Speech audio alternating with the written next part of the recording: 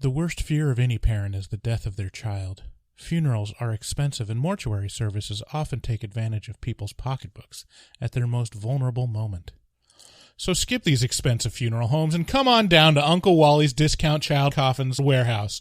We have certified, pre-owned, infant, toddler, and prepubescent-sized coffins priced at less than half of what the other guys charge. You couldn't save your child, but you can save your money. Come see us at Uncle Wally's Discount Child Coffins in the Funeral District on 3rd. Mention this ad when you buy a coffin and get a 10% off coupon for your next child coffin purchase. Hello and welcome to Horror Movie Talk. An opinionated and accidentally funny horror movie review show. Go, go, go, go, go, go, go, go, go, go.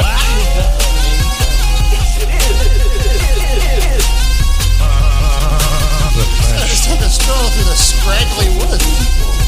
He had no face! Horror! Sabrina, don't just stare at it, eat it. New theatrical releases always get priority. But we also review older horror movies, both good and horrible.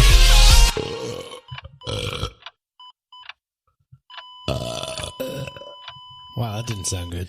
Hello and welcome to Horror Movie Talk. I'm Bryce. And I'm David. And today we got a great show. We're going to be reviewing The Possession of Hannah Grace. I think this is maybe one of the most important shows we've literally ever done. Uh-huh. This is a bespoke episode. And this is one of those things that... This marks a moment in history, in horror movie talk history. Yes. And this will show you the value of a certain Patreon tier. I'm going to say this is not something that I super expected ever to happen. But No.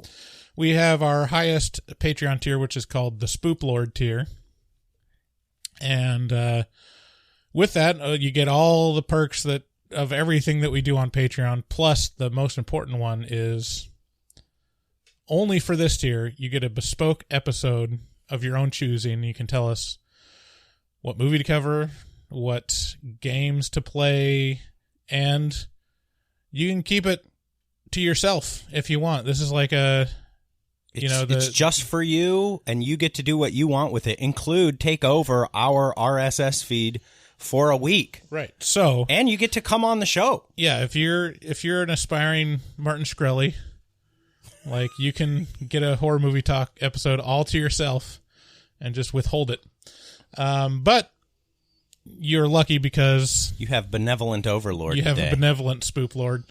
How does he want to go by? The bird? Yeah, this bird. So this bird signed up, and he gave us a lot of money. Just a whole lot of money. to do this episode. And he was benevolent because this isn't too bad of a movie. It's going to be like every other episode. We'll start out by giving a brief synopsis and a review for the film. We score on a scale of 1 to 10, and you guys all know what that means. After the score, we'll get into spoilers and take a deeper dive into what we liked and hated about the film. If you're new to the show, since this will be posted, check out our website at horrormovietalk.com. We post new episodes every Wednesday, and please subscribe and leave us a review. If you want to call and leave us a voicemail, call 682-253-4468, and you may hear your voice on a future episode. You know, it should be noted, there was some question as to how he wanted to go by. I think the best thing to do would be to call out his Instagram, because he does a lot of very cool artwork, and his Instagram is this_bird_. And it looks like he's out of Austin, Texas. So check out his Instagram. He does an absolutely tremendous amount of artwork over there, all surrounding this bird that gives kind of like good advice or like positive life affirming messages. Mm-hmm. And so it's good stuff. You guys should check it out over there. He's got a lot more followers than us. So if that tells you anything, it's worth checking out. Right. So later on, we'll bring this bird on the episode. We're going to be playing a couple games. First, we're going to do bad reviews for good movies, and then we'll play the Rotten Tomatoes game. And since we have 2 players, we'll do it a little bit different. And then we'll do horror movie horrors, where we'll check our voicemail and reply to you guys. And we'll also be interviewing this bird. Yeah. And we'll talk to this bird and yeah. So we watched The Possession of Hannah Grace, and I no comment. Here's the trailer. I didn't fill in what my witty statement was going to be. I think, like, I was so surprised at this movie I'd never heard of being, I don't know. I just figured, like, I just was like, The Possession of Hannah Grace. And then I kind of had that connotation of being like, well, this is a movie you've never heard of. Buckle up. And then I was like, oh, damn. Yeah, it came out in 2018. This was actually one that slipped through the cracks of new releases for us. It came out November 30th. So I went back and saw the movie we covered on that weekend instead of this one, and we never followed it up, was The House That Jack Built. Oh. That's how long ago it was. Wow. So, I mean, I'm not sad that we covered The House That Jack Built instead, but we should have come back to this one because it was worth seeing. Anyways, here's the trailer. In the name of the Holy Spirit.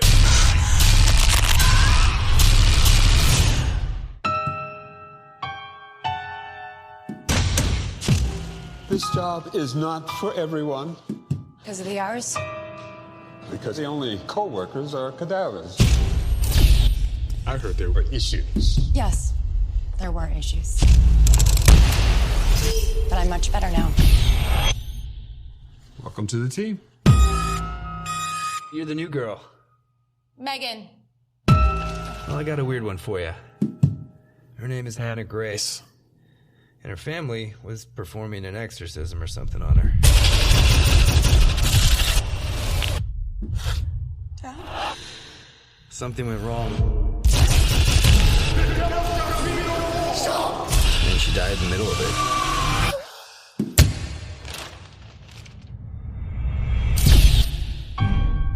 You know what they say. If an exorcism isn't completed, evil will find a new vessel. I believe when you die, you die. End of story. Then you're up for it? I can handle it.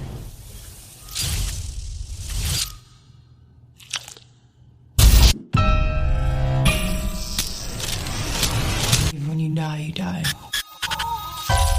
When you die, you die. You've got to focus. Just breathe.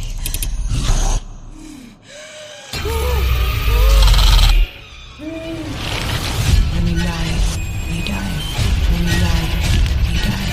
When you die, you die.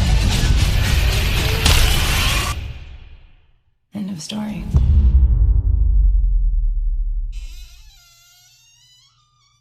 Hello?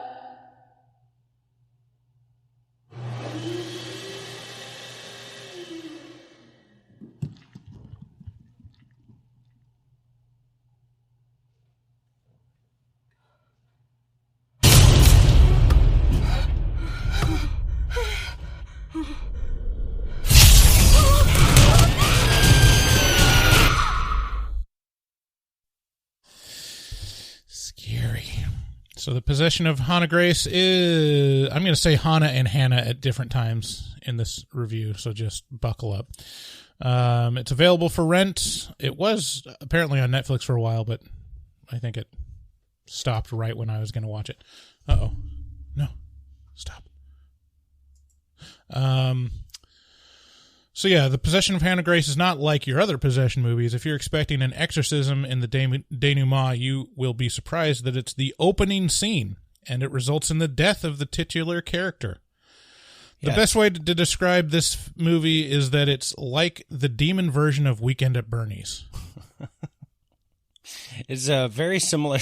Okay. Ignoring the Weekend at Bernie's comment, which is a crime, because that's a good comment. It does start out very similar to the third Conjuring. The Devil Made Me Do It, which is like, here's the most insane thing. And then, so it kind of sets it up in this incredible way. Yeah. But it is like Weekend at Bernie's, too. It is. Yeah. This demon is possessed by Andrew... Shit. What's his name? This will be a great joke. It's worth it. This is possession by Andrew McCarthy and Jonathan Silverman. Who? The lead characters of Weekend at Bernie's. Oh, wow, that was a good joke. The lead actors in Weekend at Bernie's. Whatever. All right. It's a timely reference, a 1989 film. Right? Well, there's a bunch of Weekend at Bernie's. It could have been at least 91 or 2 also. So the protagonist of this film, Megan Reed, played by Shay Mitchell, is a recovering alcoholic and pill popper that takes a new job as the intake assistant at a hospital morgue during the graveyard shift. Hannah Grace's body is delivered to the morgue on her first night on the job, and as the night progresses, stranger and stranger things start happening. By the time that Megan realizes there is something fishy about Hannah, the demon has gained enough power to start killing a lot of people. There are a lot of things that are good about the possession of Hannah Grace. First of all, it completely subverts the expectations of a possession film by not focusing on the lead up to an exorcism. The writing is surprisingly competent, given it was written by a writer from Teen Wolf. I really liked how... Wow, where's this shade coming from? I don't know. Is Teen Wolf good? I've never seen it, so probably. Okay. I don't watch all the good things. I really liked how they handled the exposition in the beginning and set up all the rules for a normal night at the morgue. There are some really good jump scares, especially from the ginger night security guard. Kirby Johnson, who plays Hannah, gives a great performance as a contortionist. Looks really super creepy when she's walking around. Mm-hmm. Sure. Yeah. The biggest downfall of this film is when it gets really repetitive at the end. All the deaths are essentially the same, so I wish they had a little more creativity around that, but they were effective in showing the hopelessness of the situation. Megan's character has an arc, but it seems a little paint by numbers and doesn't establish very strong stakes for the story. I guess we're worried that she'll die, or worried that she'll have a relapse. I don't know. I never felt that strong of a connection to really care. It was more... I just have nothing in common with you. Of just a vehicle to see who's Hannah going to kill next. She's more there to be a witness than anything else, the protagonist. Overall, it was a pretty good film. I feel a little bad that we let it slip by when it was a new release. But, it is what it is. So what are you giving this? I was surprised at how good it was, but, stepping back, it's not like an amazing film by any stretch. It's well crafted, but not super creative and not really very, not super compelling in the main character or the stakes of what it establishes, other than there's a scary monster. Yeah, you're not super wrong. So this reminded me a lot of Jennifer's Body. This has big time Jennifer's Body vibes.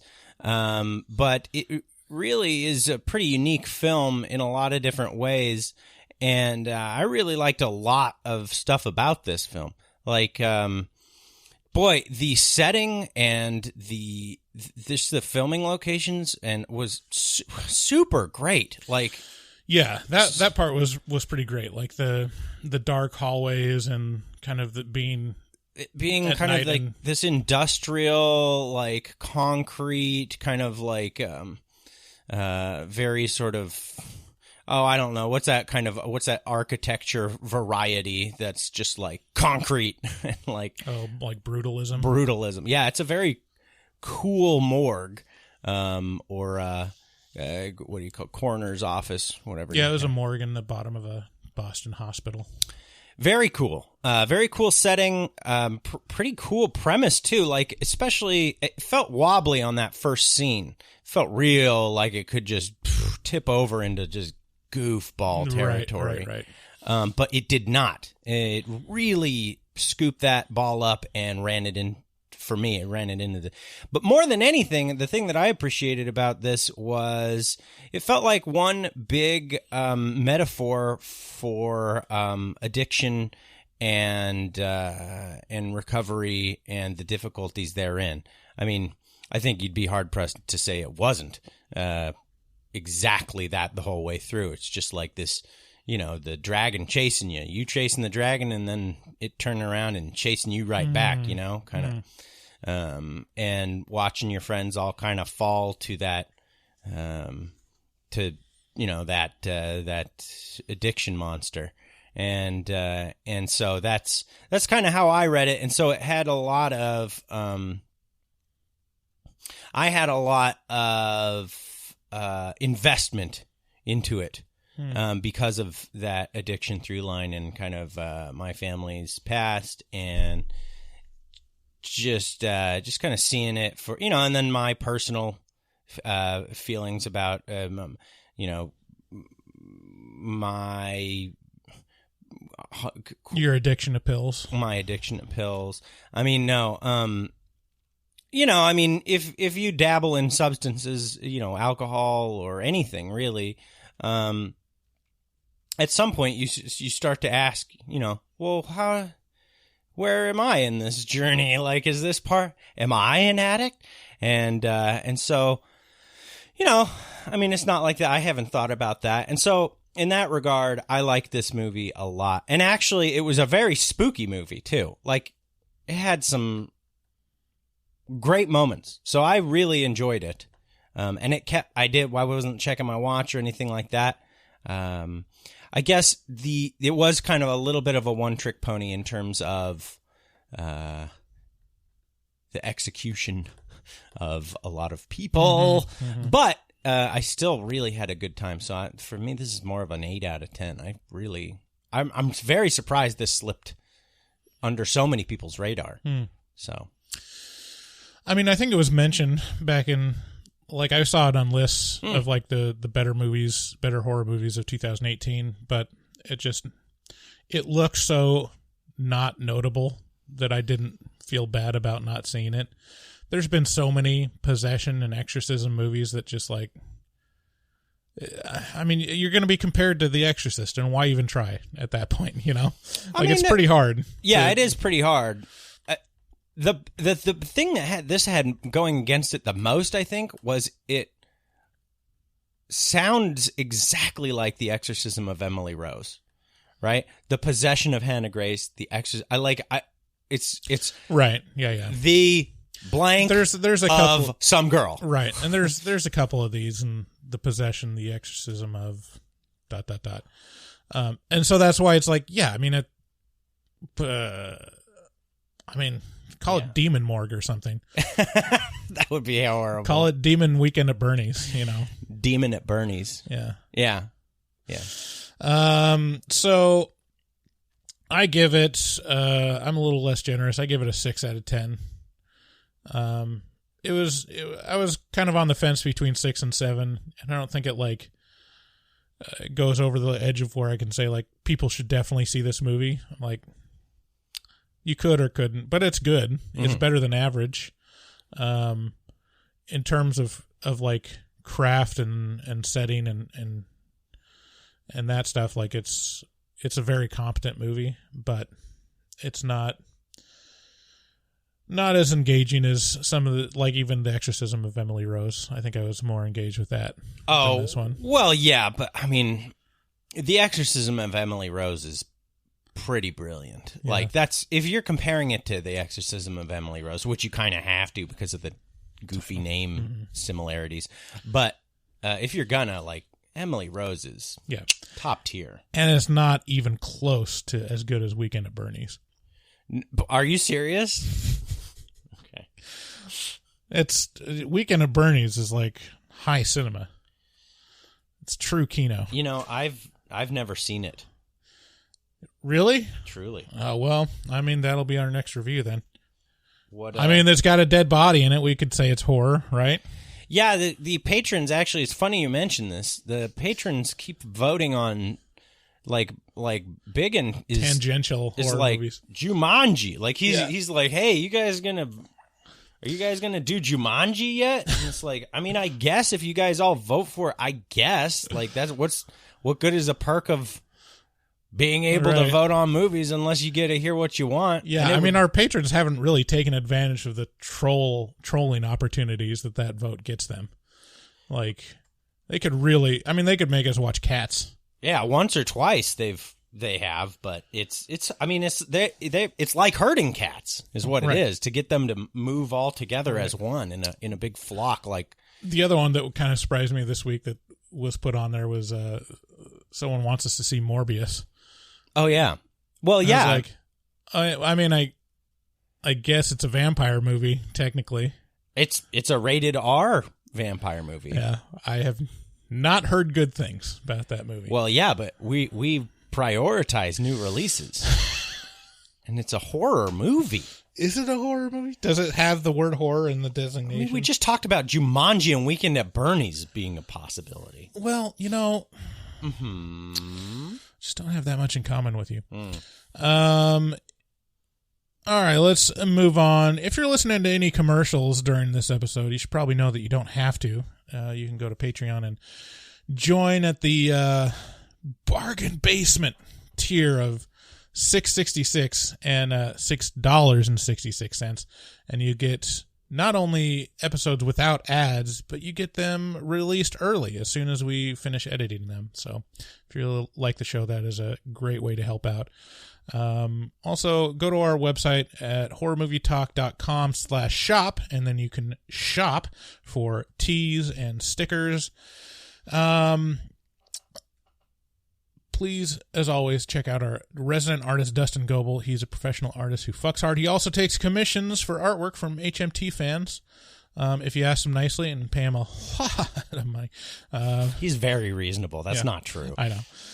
You can find him on Instagram at dgoebel00, at DGOEBEL00, and make your artistic dreams come true. Our voicemail again is 682-253-4468. Thanks again for listening. Let's get into spoilers.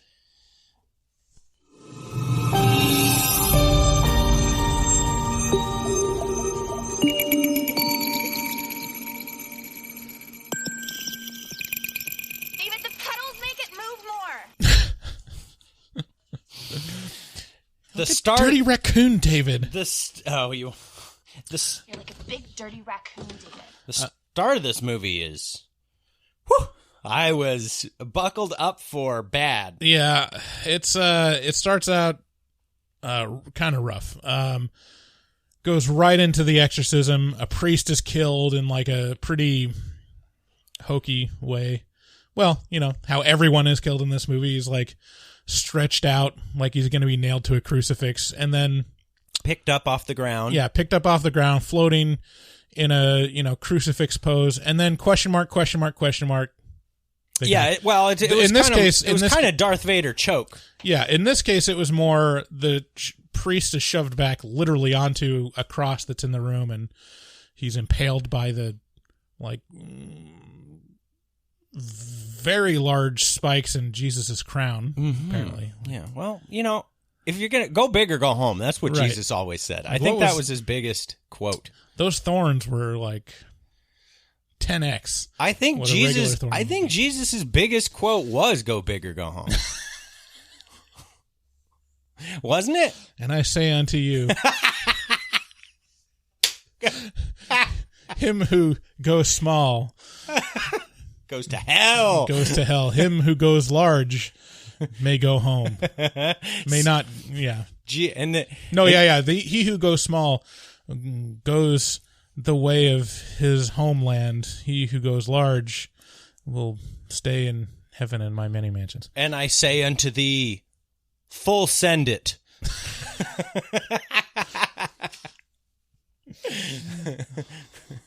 Fuck her right in the pussy. Yeah. I like putting a bunch of words into Jesus's mouth. This could be a fun bit. Yeah. He's hanging on the crown and he says, Yolt. Instead of YOLO, it's you only live twice. Oh. Because he gets resurrected. You only live twice. All right, well. They're not all winners. So the priest is killed, and then the father of Hannah immediately smothers her with a pillow. Yeah, he didn't waste a beat. He knew really. what was up right out. He was like, oh, I know my Hannah. And if I know one thing about her, it's that she follows Jesus Christ. And she goes big and she goes home. Now, like. Yeah, so she gets smothered, and then we see a little hand tick to where she's still alive. Yeah. Yeah. But she's not. It's Weekend at Bernie's demon. So a big thing on this show, well, a thing that you've made into a big thing on this show is the poor man's. Poor man's, right? So the man who plays Hannah Grace's dad, whose character is literally named Man in this movie, is played by Louis Herthum. And Louis Herthum is the poor man's don't breathe blind guy. Okay. No? Yeah, that's close. Let's see here. Now I have to find that man's actual name. Who is the don't breathe man? It's Stephen Lang. Whose title is as Blind Man. He doesn't have a name either. Yeah, especially later on in the movie where he's basically the homeless guy. Right. So then it goes from that scene where Hannah's smothered to Megan starting her new morgue job. And the exposition in this section is actually I'm kind of a nerd for exposition. So like the opportunities that they take to like explain Megan and what her job is and like set up the rest of the movie is done pretty efficiently. Like the doctor that leads her through the morgue is like pointing directions like that way's the bathroom, this way is this. Yeah. This way, here's the elevator. It goes down to I liked the intake. I liked all this. No, it's great. It's really good. And then it goes through like her job of like, okay, this is the process. You take them in, you take pictures, you do all these things. And I know, like, as I'm watching this, I'm like, all this shit is going to go wrong. This is why they're saying what this is and what to expect, so it's not like, and then covers things like you should never leave the premises. Like, don't ever go outside. And, that's going to come back. So like, all those things that were set up in that like tutorial by that doctor all factors in later in the film. Take notes. Like indie movie makers, this is how you do the thing. Yeah. You make this is a compelling rule list. You go, well, like, and it has to be presented in a believable way like this. You got a new girl. She's starting a new job. She's getting shown the ropes by the guy. And not only is it she being shown the ropes, it's interesting. Who doesn't want to know about all, like, first of all, the setting is so cool. Second of all, it's a really interesting job, right? It's like corpse intake? Like at night, I mean, if you're listening to this show, you have a little bit of interest in that somewhere. Yeah. And so this is a great way to do this, right? It's like, I'm sitting here with rapt attention being like, oh, I bet that is how that works. Oh, this is cool. Like, yeah. And then the next phase of exposition is explaining Megan's character. And that's handled really well too, because it's told through, her friends or like what's happening in her relationship with her boyfriend. Like all that stuff is like, it's done well. Like it's not like you and me have been friends for forever and you're always this type of person. Yeah. Like that's how they would handle it in a rom-com. Yeah. Like in this, it's like the boyfriend's moving out. He asks like some weird questions that you wouldn't ask a normal person that wasn't a drug addict. Right. And then like, she hey. talks with her friend, and the friend is like, you know, you find out she's her sponsor, and reveals some stuff about her past, and or Megan reveals some stuff about that relationship and how she found the job through, you know, her sponsor. So a lot of it's set up, and it's done really efficiently, and that's something that I really appreciate, because that is one of the things that draws me out completely in a movie, is like, you know, Dad always said about you that you were the hard worker that didn't believe in ghosts. Right.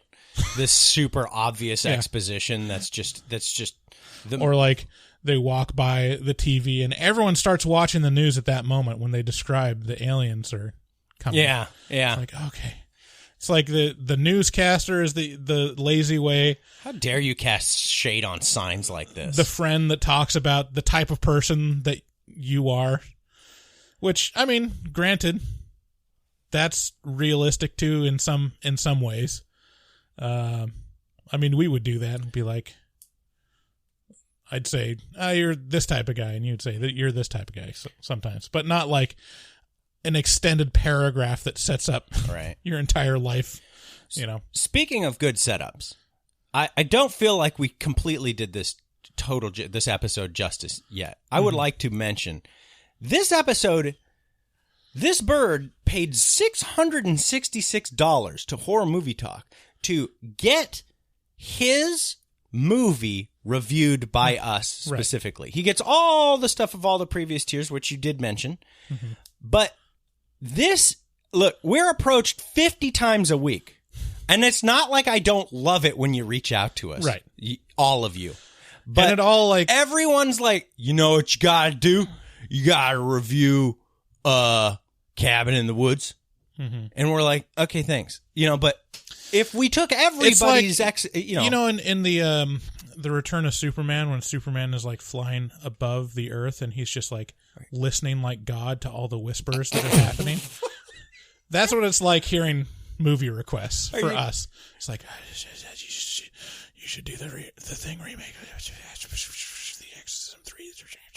This is a moment where Bryce compares himself to Superman. And then you're lying like on your back in the cross position like the Messiah.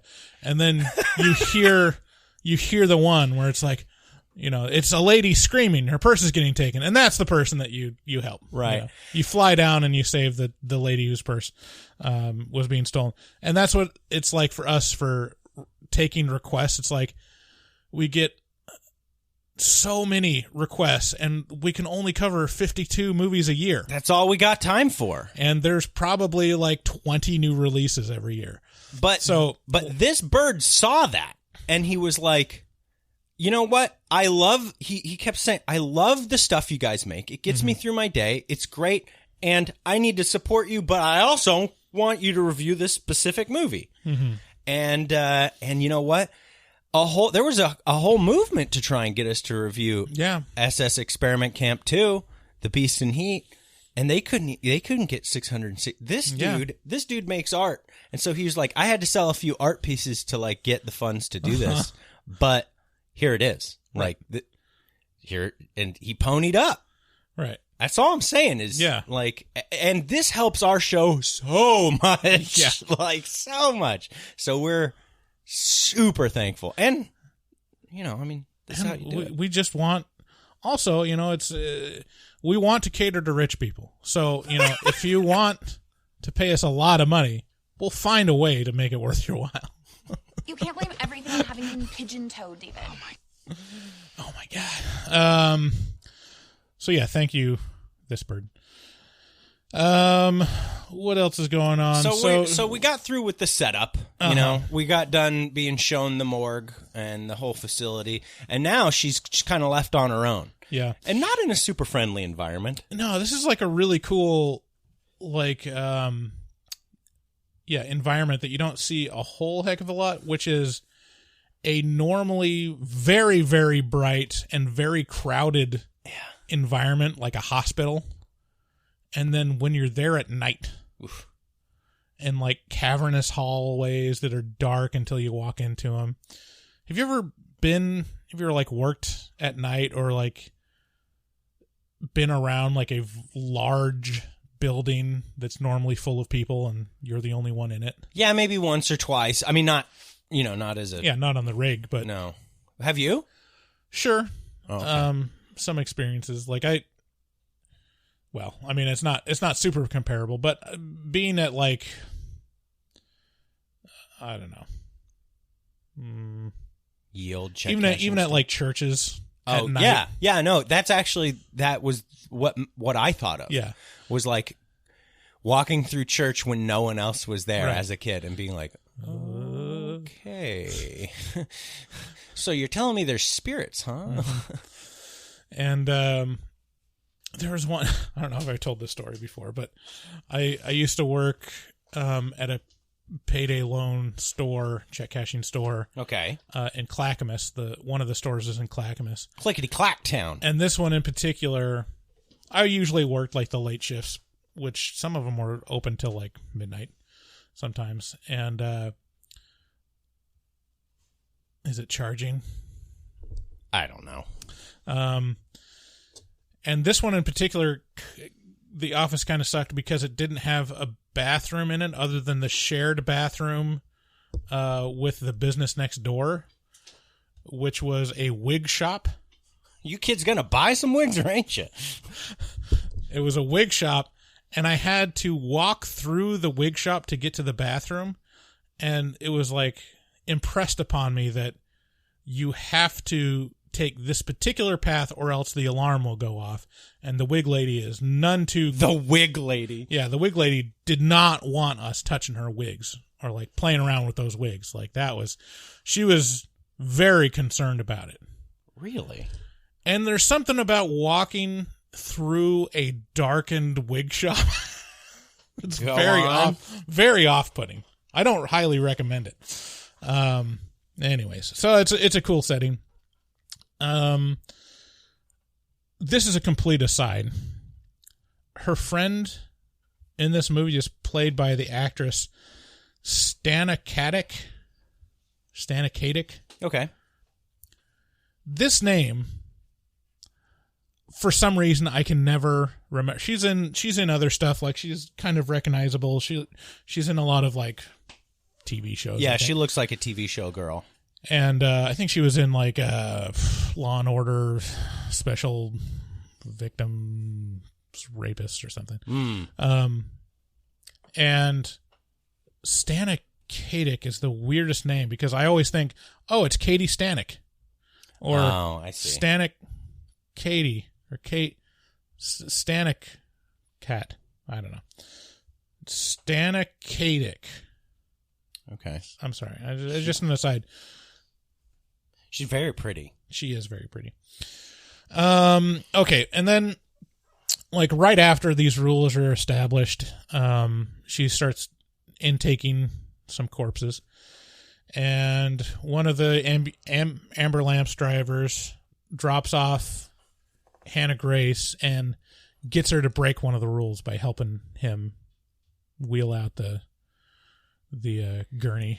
Which is, I mean, kind of a bitch move, right? Dude, such a bitch move. I was like, what is this? I can't do it alone. You got this, like, okay, look, I don't mean to, like, be super sexist here or anything like that, but the dude's, like, 6'3". He's, like, 240, and he's not a small guy, and he's like, I can't do it. I can't wheel this 98-pound girl on this gurney with wheels over to you. You're just going to have to come on out and break protocol and help me. And you're not following proto, buddy. Don't follow proto. And it was just like, dude, why are you such a bitch? Why are you such a bitch? Like, this feels like the story of my life. All these fucking bitches all around being like, I can't do it. I have a condition. And you just gotta, like, pick up the slack. It's like, there's Hannah, or not Hannah. What is our lead actress's name? Not Hannah Grace. It's Megan. Mm-hmm. Megan's gotta get out there and break proto first day. 3 hours into her first shift. Yeah, so she goes outside, which has been established. You do not leave the premises, and she even says that before she does. And then, of course, you see this homeless guy slip into the in the back. Well, but yeah, before that, the homeless guy, right? He's like, let me in! Let me in! And she's like, Jesus fucking Christ, can you step back away from the window, please? And he's like, nah! You know, he's really desperately trying to get into this facility, which is scary in and of itself. Like, yeah, that's a spooky vibe. I mean, yeah, the threat of rape. I mean, right. It's always there. So, like, that's like kind of the new threat where they could have gone a different way too, where it's like it feels like there's a body that's alive, but it's actually just a homeless guy. In the morgue. I thought that could have been a possibility. Yeah, I was like, oh God, now there's several factors to like take in. So I mean, how many genres of horror movies does this movie cover? So we've got possession, right? We've got like haunting, right? We've got home invasion, right? We've got I think that covers it. Yeah. Right? I don't know. Could you say a slasher? I mean, I guess the guy had a knife for a bit. Same thing. I mean, it's definitely that solid 3. You got possession, you got break-in, you got yeah. So early in the film, you're like, "Where's that homeless guy?" And right. there's hints of like him being around, you know.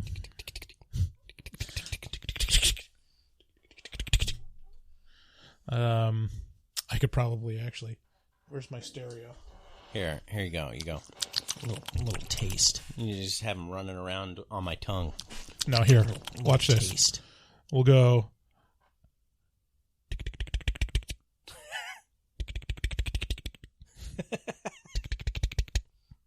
Who's there? Who is that? They're behind me. Who is that? Where are you coming from? I'm here. Where am I? I'm here. Oh no. Okay.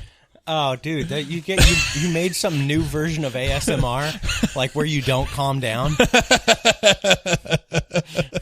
Upsetting ASMR. You ever watch ASMR porn?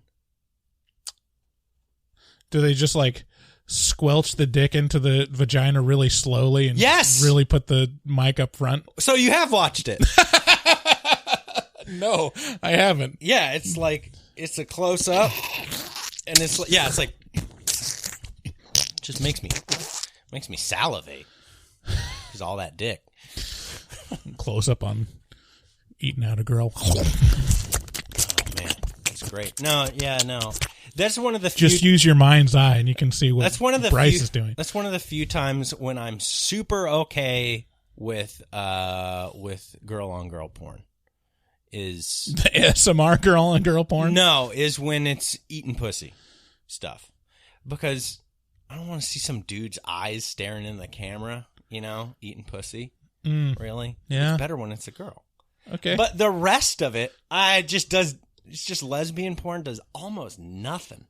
We've been on a several episode kick of talking where we have talked about porn. Where we have talked about porn and porn preferences. I'm just saying lesbian porn doesn't do a lot for me. It's not. Does it? Yeah, I'm okay with it.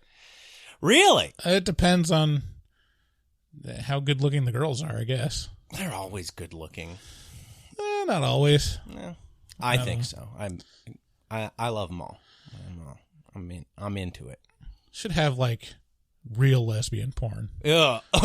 Where it's just like we spoke to Fart Simpson. Speaking people of which, oh man, we spoke to the Fart Simpson. Oh, we'll get to that in a bit. Oh, we can talk about it. Yeah, let's talk about it a little bit. We're commissioning a new intro, right, from one of our favorite artists. Yeah, favorite mashup artists. Yeah. So we talked a lot about Neil Cicierega, however you say his name. But on Your Mom's House podcast, there's recurring music and and prank call bits from this guy called Fart Simpson. Right. And we reached out to him, and he responded. Right. And he's actually in Portland, so he's really close to us. And went over and just, like, talked about music and what we wanted and what he was doing with other podcasts and talking about his experience in Portland and how he's trying to get away. Fart Simpson is not a small name in big podcasts. Right. He's a big name in big podcasts. He's on Tim Heidecker's show. He's on a lot of the, he's been on Tiger Belly and on Your Mom's House a lot and through all the different circles. And he's a known commodity, and he's a super chill, cool guy. And, some of the experiences that he's had in Portland specifically in Portland have been, real lesbian experiences. It's like, what a cool guy. Yeah. Super cool guy. I was so like starstruck having left talking to him. It was it was amazing. And we'll probably have him on a future episode. He was game. So well connected too. Yeah. Like I was just impressed as all hell. Like, I mean, I don't know what I expected, but he just knows everybody. And he was so nice. I just figured he'd be like, I'm so much bigger than you. And true. But it is true. But we don't tell him that. No. We're very important. He can work it out on his own. He's not stupid. Where were we? Okay, so we were talking about porn. Yeah. So it's showing Megan scissoring Hannah. No, I just kidding. So at first it sets up like what a normal kind of intake would be because it shows Megan taking in like just a normal everyday middle-aged man dead body. Yeah. Taking pictures, getting fingerprints, scanning stuff and all that stuff. And then Hannah comes in and she hears kind of the story of how weird it was. She was just abandoned in some alleyway and the guy that dropped her off ran away. He was like... Right. He's got heavier boots. And then when she's trying to take pictures, the computer is like, oh... No, image. thank you. Yeah. Yeah, the computer just basically turns off. Computer unable to load image. Computer breakdown. Fuck you. Beep boop.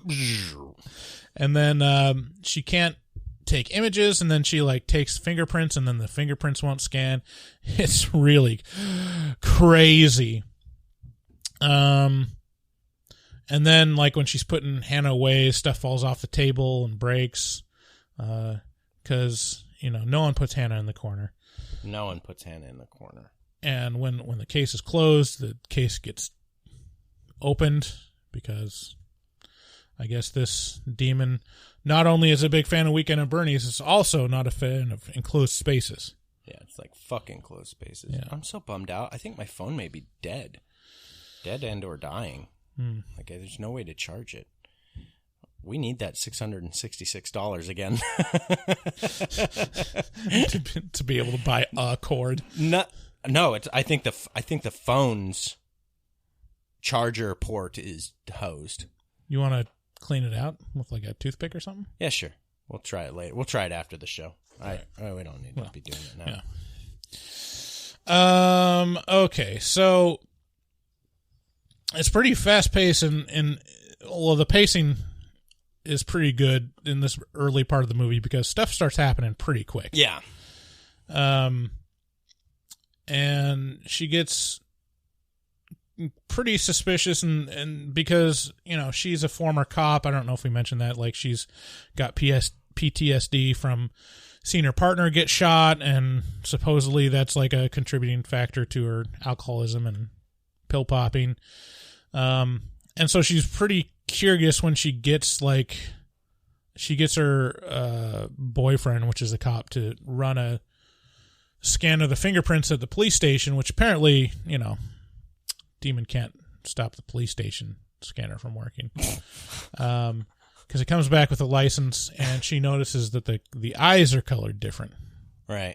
They're blue eyes. Yeah, blue eyes. Like a doll's eyes. And, it says on her license, and the picture on the license is brown eyes. Right. So, It's the calling card of this demon for some reason is bold blue eyes. Yeah. You got Frank Sinatra inhabiting your body. She's the blue-eyed devil. Old blue eyes. Yeah. So that's like something. And then one of the things that drew me out was like, why didn't she check for contacts? Wouldn't that be the obvious thing? Like, oh, well, she's probably wearing contacts right now. Colored contacts. She never poked her in the eye. Oh, I was see. waiting for that.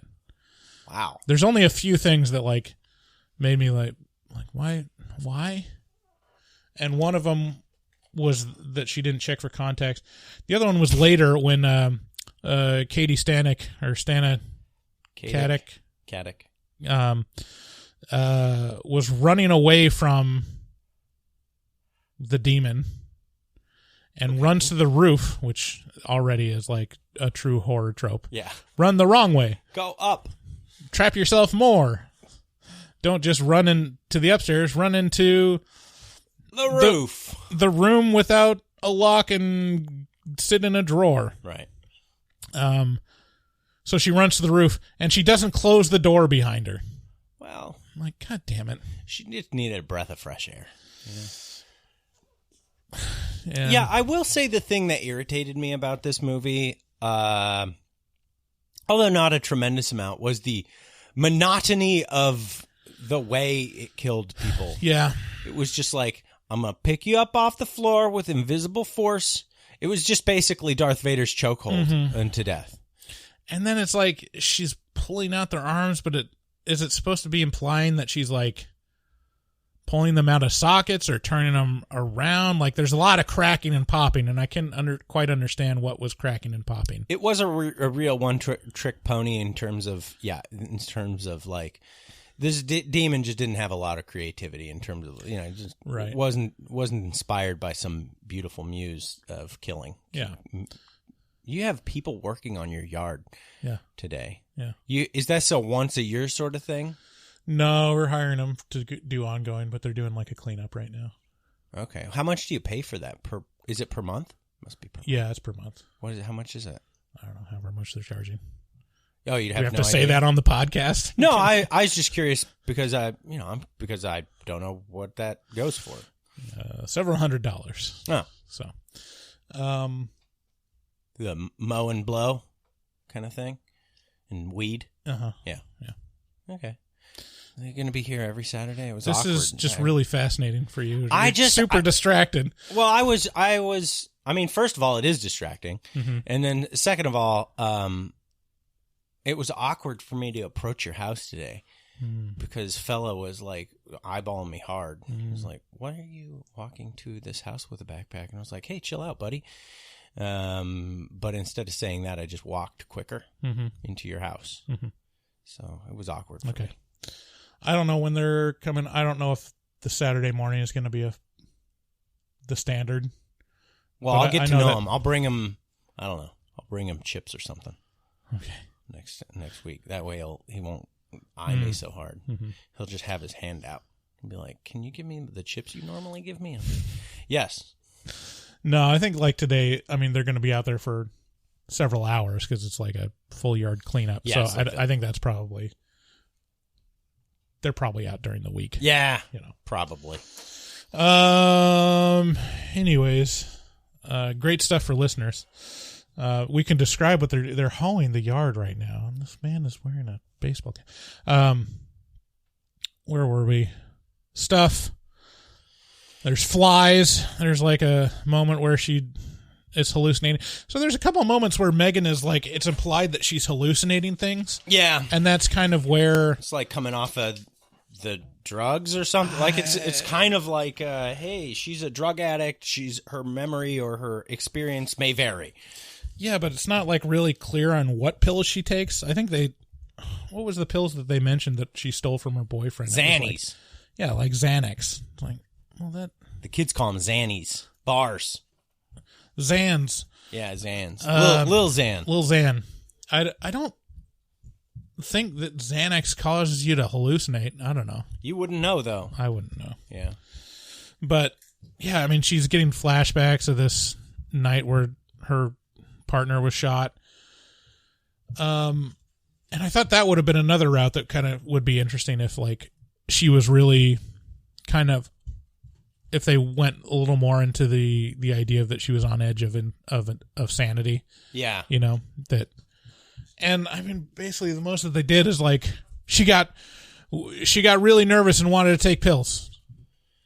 Like, she was really upset and needed to take pills. And it's like, okay. What would you have preferred? Oh, I don't know. I probably would have just had her take pills and start thinking that she was seeing things. But it can't be that, because the whole movie is an allegory or a metaphor for the struggle with addiction. Like, well, it's not really an allegory. It's specifically that as a plot point. But it can be it's a 1-to-1 interpretation of, like, fighting your demons, like, sure, and watching your friends, like, fall to, or people around you fall to those demons. Yeah, I mean, there's different ways it could go that would be more unexpected or a little, more hard hitting or interesting, to where it's like, you know, that I think it'd be better for a character arc to, like, fail, and then redeem herself, you know. But you can't really do that in one night, you know. If you take pills, like, you kind of fucked up that night. Yeah. You know, one day at a time, like, well, you fucked up that day. Right. Yeah. No, it's interesting. It is very basic in both the ways it can be interpreted, both literally and metaphorically, right? It's just like addiction. Right. It sucks. It's hard. People fall to it all the time. Right. Or, if you're interpreting it literally, possession, right? Fuck. Them demons. Sometimes they bring flies with them, but don't take your drugs. Yeah, it is a very, but, you know, I appreciate it for not trying to do something it couldn't pull off simultaneously, which could be just I might be expecting a little too much from the writer on Teen Wolf series on MTV. So eventually the homeless man reappears, and he's, like, trying to cart away Hannah Grace's body. He's, like, carrying her through the hallways, and then ends up by the cremator, and that's where she catches him. That's where Megan catches him, and there's a fight, and she calls security, and security shows up, and he, like, cuts the ginger-headed guy. Yeah. What's his name? Max. Was it Max? I thought it was Dave. Oh, yeah. I'm sorry. Max was the name of the actor. Yeah, his name is Dave. Yeah. And they stop him from cremating Hannah and then cart him away, and he's like, you gotta destroy her. She's not dead. Yeah, as it turns out, the homeless man is her dad. Yeah. Who has been following her body around, trying and failing for a long time, for 3 months. Right. To incinerate her. Right. And, and the you know, the jism of this movie, like, the main push is, the jism of the movie? Like the cum shot of the movie is, well, I mean, you know, you're talking about porn. We got to make some similarities here. As it turns out, you can damage this Hannah Grace and the demon within her, but she's just going to try to regenerate. And the way she does that is by killing people and regenerating off of their life force or something like that. Right. And then she takes a moment to digest. Right. You know, so you really got to, like, destroy the body completely. Yeah. So there's some really deep lacerations on her body when she's brought in, and then they just kind of disappear as she kills people. So her first big, like, murder, Hannah's first big murder, is she murders Carrot Top. Right. Dave. And this is probably the one death that's slightly different, because I think she, like, pulls him into the case, the dead body case thing. That was pretty cool. She like slammed him up against the ceiling, up against the wall, then like pushes him onto the ceiling, and then scoots him across the ceiling over to the the coroner's table and drops him in a tube, and then he just gets crunched in the tube or something. Yeah. Gets his neck broke. And then, Megan is unaware of this. She is doing her normal business. She goes into the bathroom.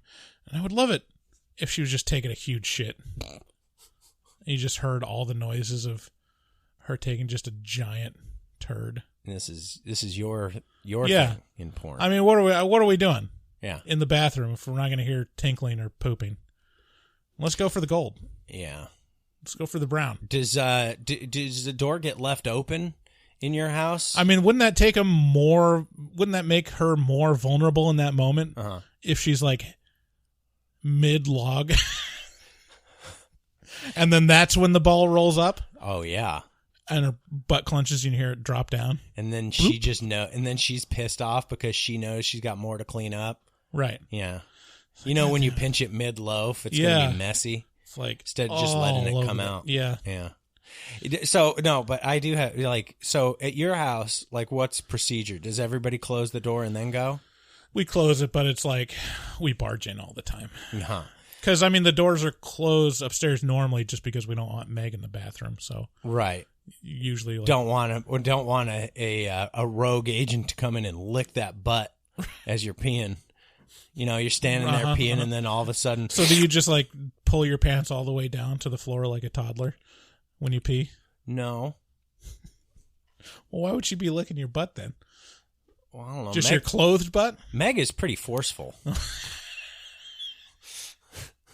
Meg is She jumps up with her claws and pulls down your pants, and then she gets right next to your ear and goes, shh. I don't know. You tell me how Meg does.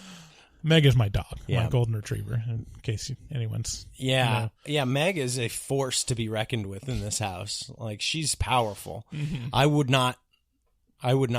don't like to tangle with Meg. She's too much. She's the fan. She's the fan that is just too handsy. Mm-hmm.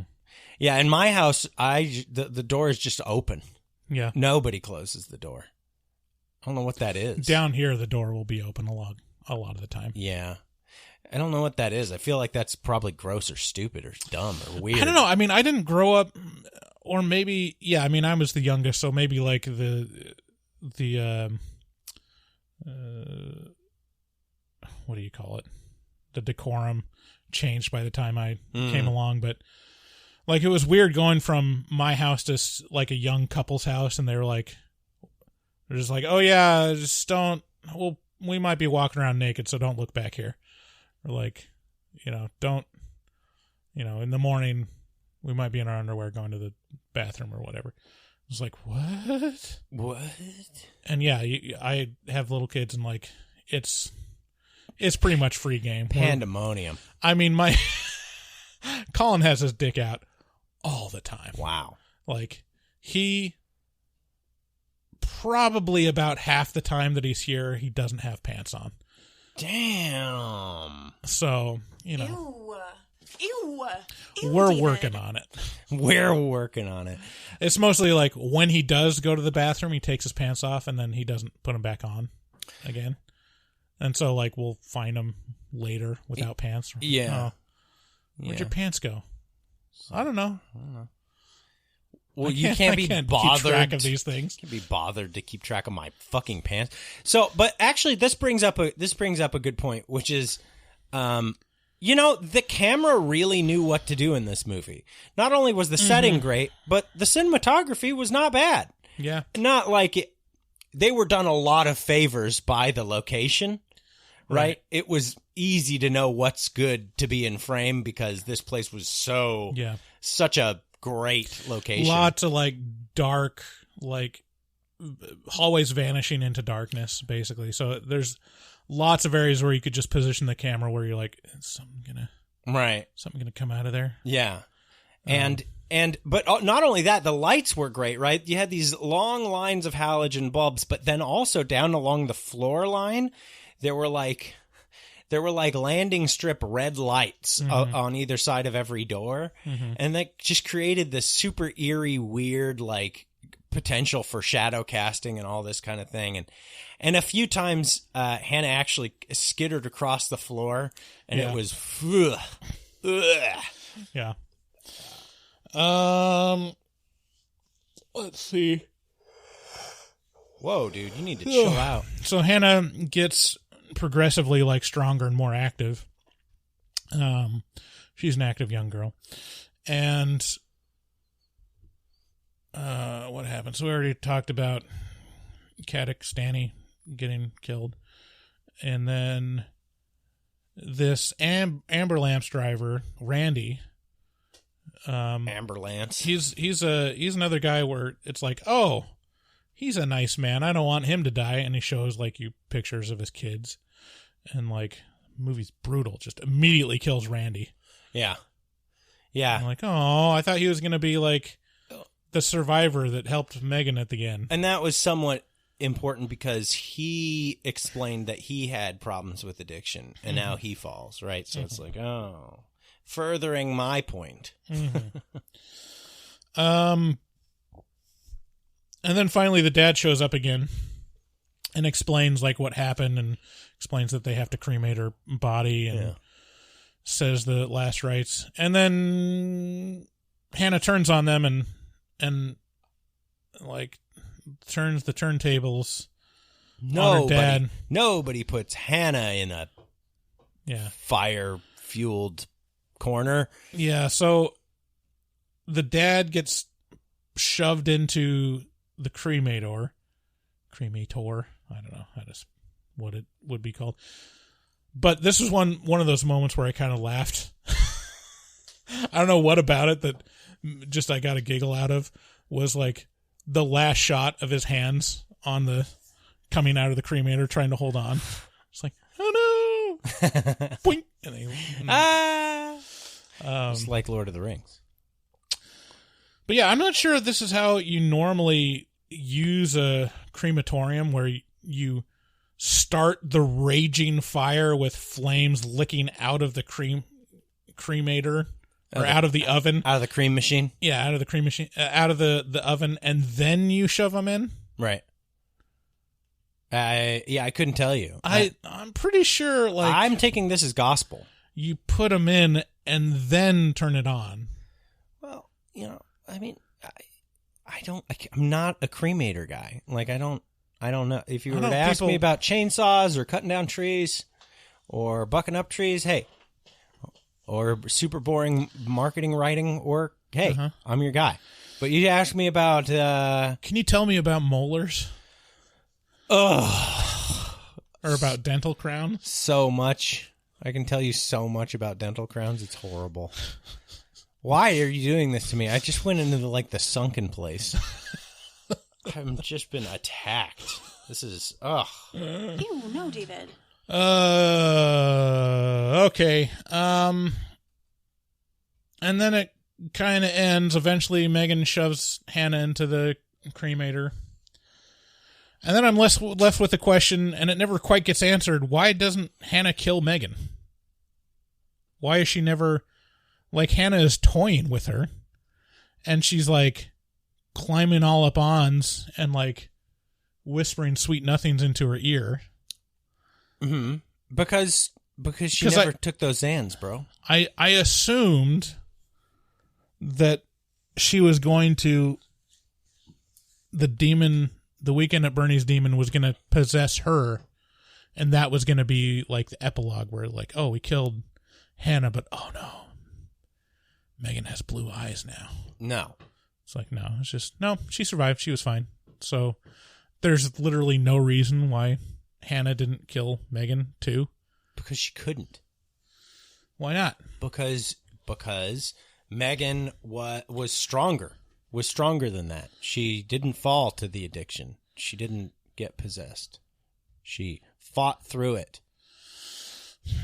The end. You're looking for something, like, you've set up a premise that needs to be answered that doesn't need to be answered.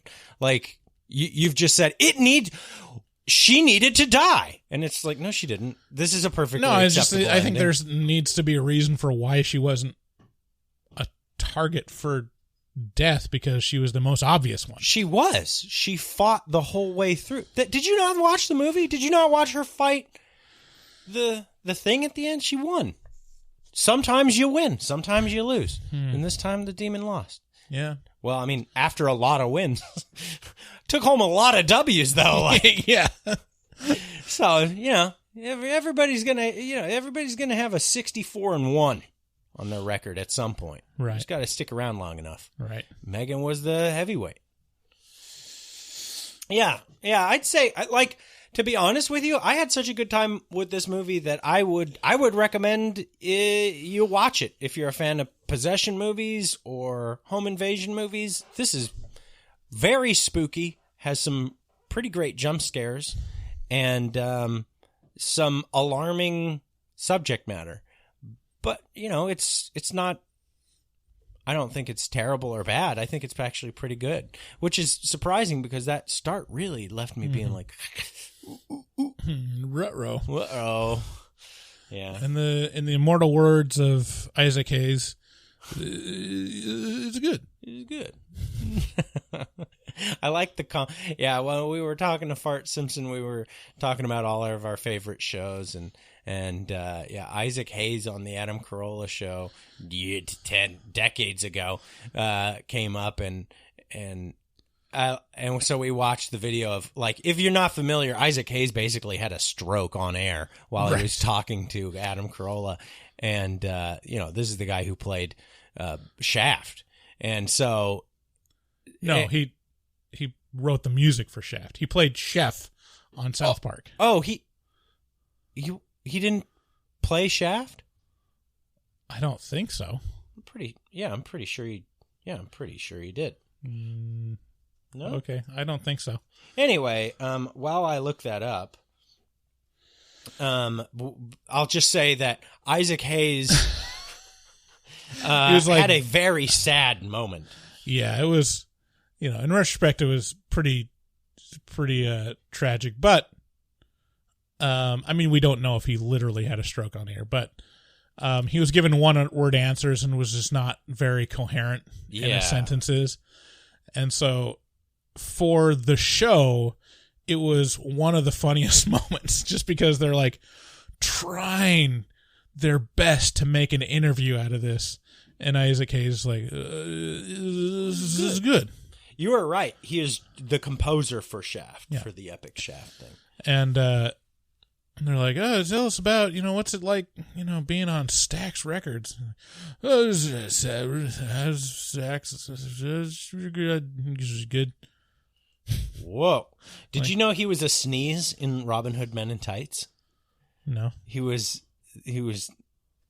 one of the main guys in Robin Hood Men in Tights next to Dave Chappelle. Okay. Yeah. Anywho. So yeah. It was good. Yeah, it was pretty good. It was good. Yeah. It was good. We're going to move on to Horror Movie Whores, where we listen to your voicemails and respond. If you want to call 682-253-4468. All right, first we got Sam from Indianapolis. Hey, it's Sam from Indianapolis. I just said I just got a real quick hypothetical for you guys. So, last night at the Oscars, the guy from I Am Legend smacked the guy from Spiral Book of Saw, and I was just wondering, do you think old boy from the Saw movie, whatever his name is, do you think he would have been able to defend himself better if he would have had like a bat or like a spear? Personally, I think the guy from I Am Legend, what's his nuts? He's pretty athletic. He probably would have dodged a spear pretty well and still got close. But if the one loud guy from the Saw movie, if he would have had a bat, he probably could have cracked him pretty good. But one thing's for sure, they're both just lucky a sinkhole didn't open up right there on stage, because that definitely would have killed both of them. Yeah. Tell me what you guys think. All right, bye-bye. Yeah, everybody better count their lucky stars every day that a sinkhole doesn't very specifically open up directly under them. I do. Right. I know you do. That's like the whole reason I make a daily sacrifice to my God. You know, we all have silly, ridiculous things about us that it makes the other one just scoff, you know? Mm-hmm. And I know I make you scoff about a lot of stuff. And actually, I have some conspiracy theories that you scoffed at very recently. But yours is definitely these just terrible takes. I think they're just terrible takes about sinkholes and spears. That's, for me, it's just so silly. But I don't know. I think a spear or a bat would have been... I have a hard time differentiating when it's Will Smith coming at you and you're standing still on stage. You know, now you're not talking about zombies. Now you're talking about something else. Yeah, but I'd still rather strike at a distance, in my opinion. Yeah, I mean, I can't argue with that logic when it's Will Smith. Right. He's got long hands. He seemed very concerned about keeping his wife's name out your mouth. Right. Oh, man. We've been talking about that all week. I should have pulled that clip. Why didn't I pull that clip? Keep my wife's name out your fucking mouth. Your motherfucking mouth. Yeah, we've been talking about that all week. Yeah. It blew my mind. It still blows my mind. It's crazy. Yeah, it is. Will Smith, the Fresh Prince of Bel-Air, star of stage and screen, of the Independence Day and Hitch. Okay. Walked up and Bagger Vance on live television and slapped the shit out of Chris Rock. Who'd have seen that coming? Like, if it was like Machine Gun Kelly or something, it'd be like, huh, that's awesome. Yeah. Or like, be like, oh yeah, I get it. But Chris Rock? What? I mean, not really. Like, how in your right mind could you walk up on the live broadcast of the Oscars and assault someone? I think, like, for one of the lamest, tamest softball jokes of the night. I mean, the biggest thing to me, all this says is just, what a tender cunt. Will Smith is? No, not Jada Pinkett. Jada Pinkett Smith is, where it's like, bitch, just shut the fuck up. Like, you're so... Well, it's, I mean, you see all these... self-important. You see all these clips of her, like, before on TikTok and Instagram of, like, I don't care what anyone has to say of this old bald head of mine. Like, I don't give two craps. It's like, well, it seemed like that turned out not to be true at all. Yeah. And you see, yeah, it's so crazy. My favorite moment is directly after it when Chris is like, I could, and then he moves on. Consummate professional. Because Chris Rock could destroy them. Yeah. Like, crucify them. Just like, he could do a 10-minute set on how much of a cuck Will Smith is and how...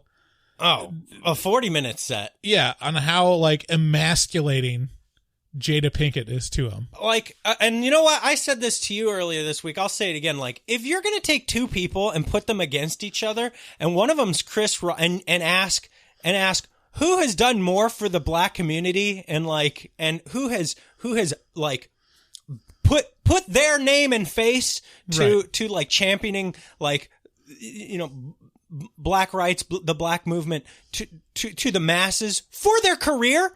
You got Will Smith versus Chris Rock. Chris Rock is eons above Will Smith. Will Smith's been acting in a bunch of grade A movies, doing nothing, saying nothing. He doesn't have any like, his go-to is he is black, but Chris has been sitting out there saying, like, for eons all this, and then Will Smith's acceptance speech is like, I'm trying to protect these people. It's like, bitch. Yeah, it's every part of this is crazy because so nuts if you think Chris has it. Like, Chris has been that guy for decades. CB4, motherfucker. Like, do you know how long Chris has been doing this? Yeah. It's longer than your career. Yeah, and it's everything about it is insane. The fact that it happened, and then the fact that he wins. Okay, the fact that he's not kicked out immediately, and then the fact that he wins Best Actor and gives the most asinine, like, out of touch speech in the moment that you could possibly give. He's like, "Oh, I wrote this about how great of a guy I was and how much I cared about being an exemplar and a godly man and spreading love. Well, I can't throw any of that out, so I'll just kind of like apologize to the Academy and say like, I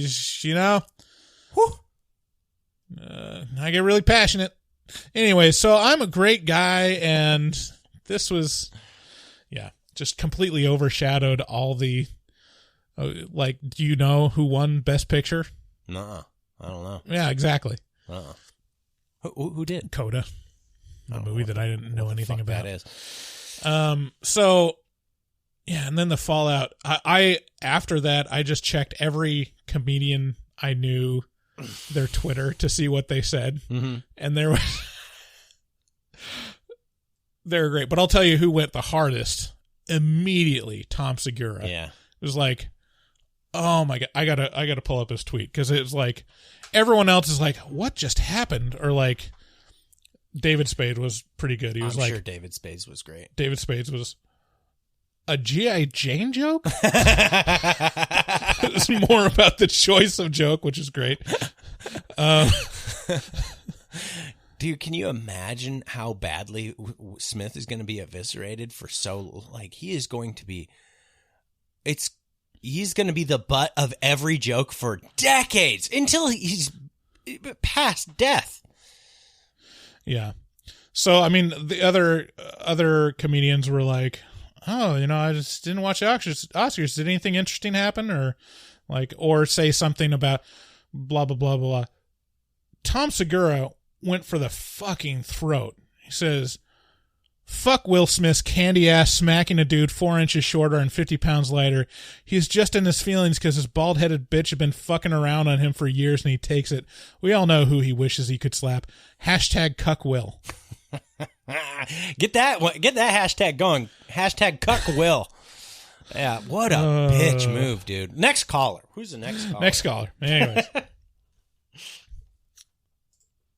Dude, crazy. It's crazy that it happened. Yeah.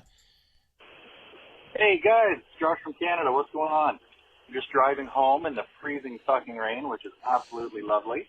But I was listening to most recent pod there and just wanted to say congratulations on the hit at the Kagan Theater. Sorry I couldn't make it. It would be, really, really far to come, as much as I would have liked to win the prize. But I'm really happy. It was a huge turnout, and I'm so proud of you guys. That's just so fucking cool. Thank you. Second thing, I'll get you guys a picture posted to the page ASAP of the new four-wheeler. It really is fun, and I haven't crashed it yet, so that's a good sign. And we were talking about horror stories with kind of a funny twist. I've got a good one for you. It's hilarious. So there's a 9-year age gap between my younger sister and I. And when I was 14, she was 5 years old, and we grew up on a horse farm. So one day, early morning, the horses have been in overnight because it was cold out. We go to let the horses out because, it's a farm. We're kids and whatever, no fucking adults around. They're at work. So the first horse goes out, no problem. Second horse goes out, no problem. Well, the third horse seems to think it's a game and kicks my sister, my 5-year-old sister, right in the fucking chest. Well, that dumb bitch has a seizure and falls on the ground and stops breathing. What an idiot! Anyway, I had to give her mouth to mouth, get her breathing again, blah, blah. Apparently she can't do that on her own. She's fine, totally fine. There's no repercussions. She didn't die or anything, which, thank God for that. But I thought it was kind of funny. We still laugh about it to this day.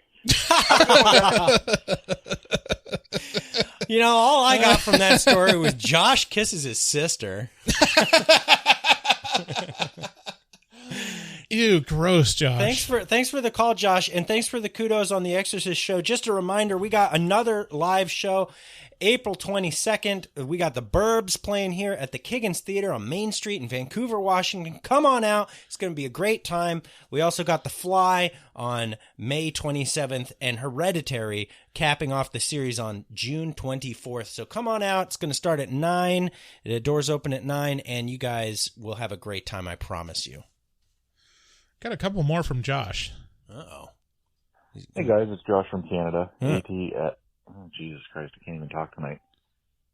I'll try that again.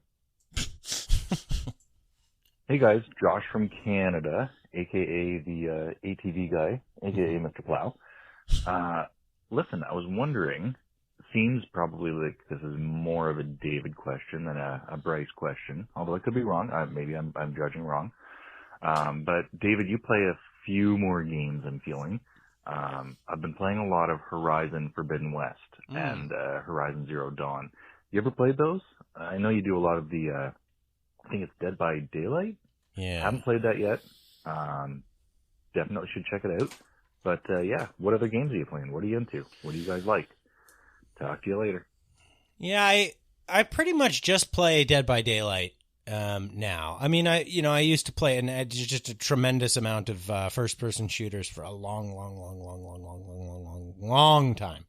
Everything from Quake and Unreal Tournament and to Counter-Strike and a lot of Call of Duty and Medal of Honor and all that stuff for a long time since the advent of first-person shooters. But no, I just mostly stick by Dead by Daylight. Played Hearthstone for a long time, but I got tired of sinking money into that. What about you? You played a decent amount of games.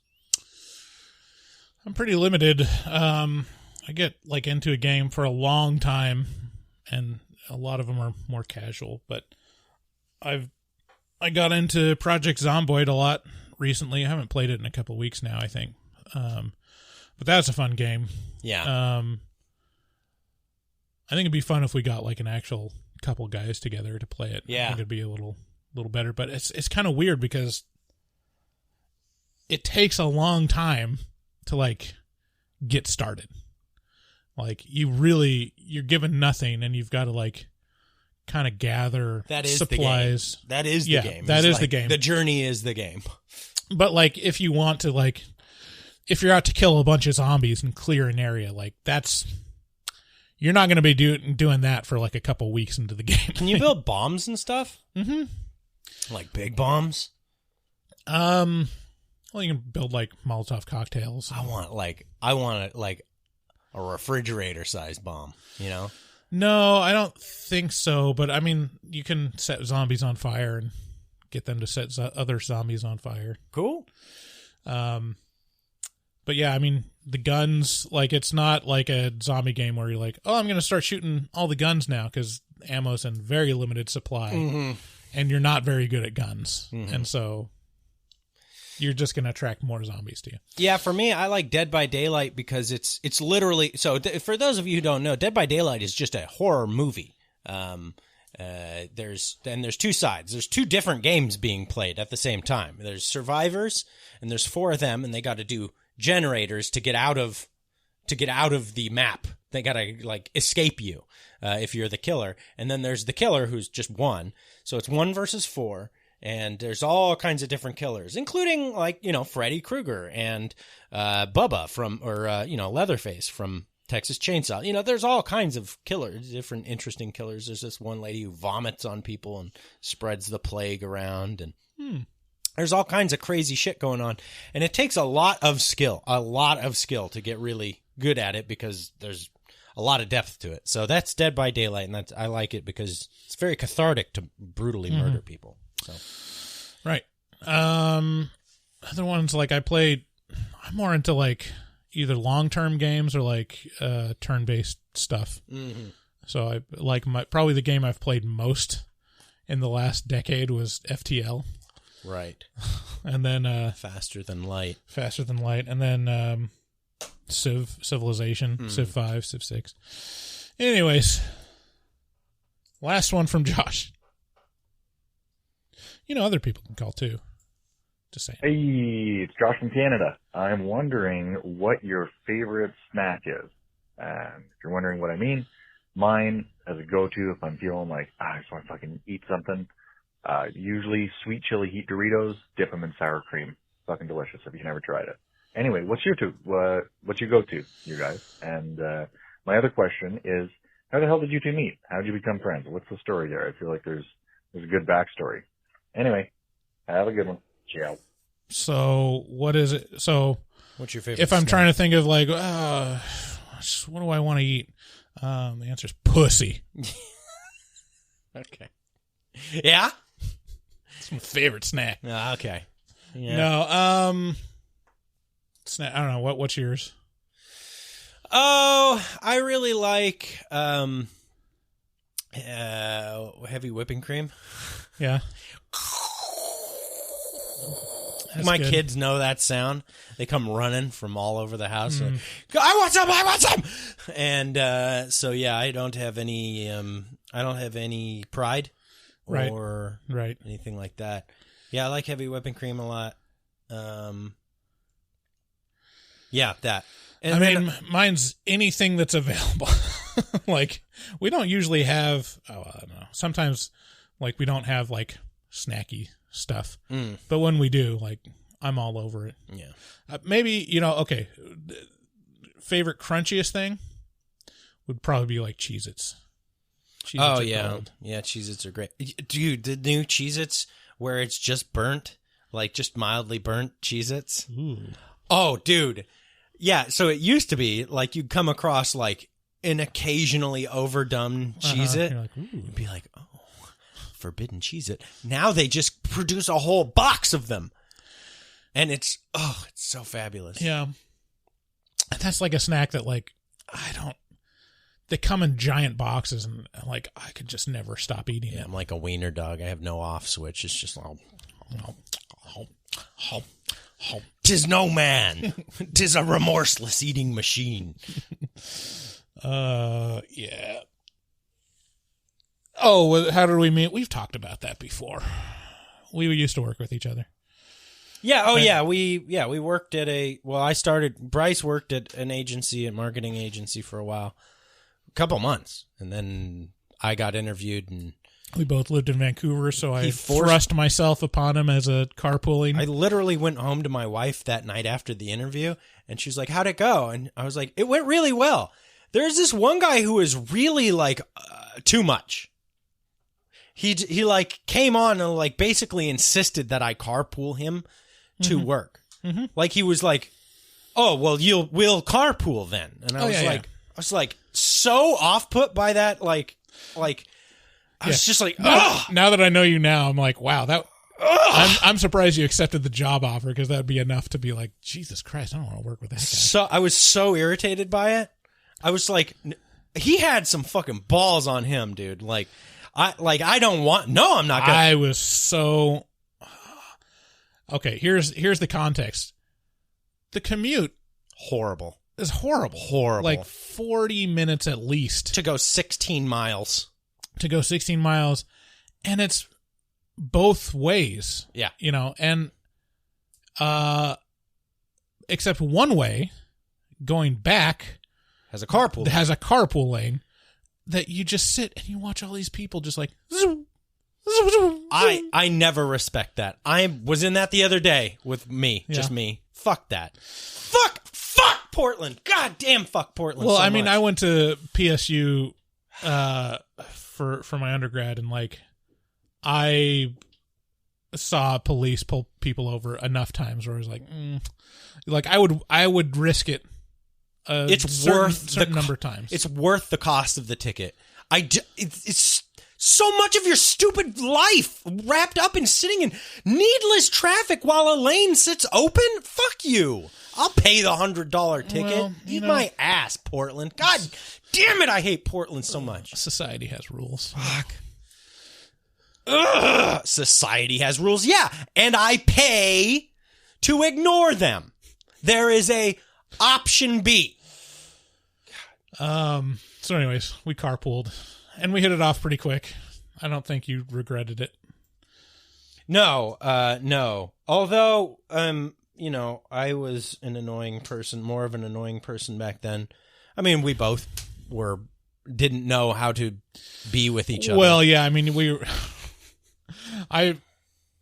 carpooled for a while, and then, like, I found there was, like, a very prickly side of you that, like, I inadvertently would trigger. I was like, that's weird. But you also liked to do it. And then I would like to do it because I, like, you're a guy. You give your friend shit, to get their reaction. Finally, I just had to say, you can't do this. I'm going to fucking have a heart attack in this car if you do this all the time. Yeah, and I didn't realize it wasn't like, well, because David's very grandiose, very boisterous. So it was more of like, I was assuming, well over 50% of that was show, None of it's show. No. You are that upset all the time. Imagine how exhausting that is. Yeah, I can't. It's horrible. Your nerves just must be just frayed. Right. That's a good way to put it. Just every nerve is like a billion split ends. Yeah. It's like you've bleached your nerves. Let's stop talking about my nerves right now. It's getting on my nerves. We got another call. Nope, that was it. Cool. Okay, so we should introduce this bird. So, welcome to the show, This Bird from Instagram, this_bird_. He's a great artist that supports the arts because he gave us a lot of money to do this episode. Like we just reviewed The Possession of Hannah Grace. You'll listen to it afterwards, but did you? I bet you're curious about what our takes on it. You want to hear our scores? Yeah, I'd certainly love to know what y'all thought about it for sure. Yeah, so I really I didn't know how it was going to go. At the start of this movie, it felt a little slippy. It felt a little like, I don't know. But then it really pulled it out with like the setting and the camera work and just kind of, it was a really unique take on the whole possession genre. And so for me, it worked real well. And I really liked the addiction through line. Like I got a lot of kind of like personally meaningful stuff out of the addiction stuff. So I gave it an 8. Oh, wow. Yeah, I think it's a good movie. I wasn't as effusive with the praise as David, but like I really liked a lot about it in terms of like the craft. I thought the way they handled exposition and setting up the movie in the first like 15 minutes was like really good. And there were some good scares in it. I like that they went against type of the possession movie and didn't focus exclusively on the slow decline and then eventual exorcism. So that was really interesting. But I don't know. I wasn't like super engaged. I didn't really feel like there was a lot of stakes with the main character. It felt a little like paint by numbers of like, you should feel like scared that she's going to relapse, or you should feel scared that she's going to die because she's the main character. And speaking of birds, yeah, sounds like there's birds. This bird. Is there? Do you got birds in I'm outside right now. It's nice. Oh, nice. Oh, okay. I do not. No, not personally. No. Wow, that's almost like the kookaburra in the Drain Addict videos. That might actually be too loud to continue recording that way. Is it real loud for y'all? Yeah, it's pretty loud. Yeah, let me move on somewhere else then to make it a little less. Oh, and by the way, just FYI, feel free to speak as candidly as you want. You can cut out anything if you say something that you end up thinking back and going, oh, I wish I hadn't said that. We can cut it out on the back end. So don't be worried. Yeah. Cool. Very cool. But yeah, I think it was a good movie. I don't think I'll watch it again, but like it was really entertaining and pretty good. Oh, the other thing that I didn't like about it was like how repetitive it was with the kills. Like it got pretty repetitive towards the end when Hannah was actually killing a lot of people and basically doing the same thing. But I liked it. I gave it a 6. It didn't quite turn the corner for like must see, but it's definitely there's much worse possession movies out there.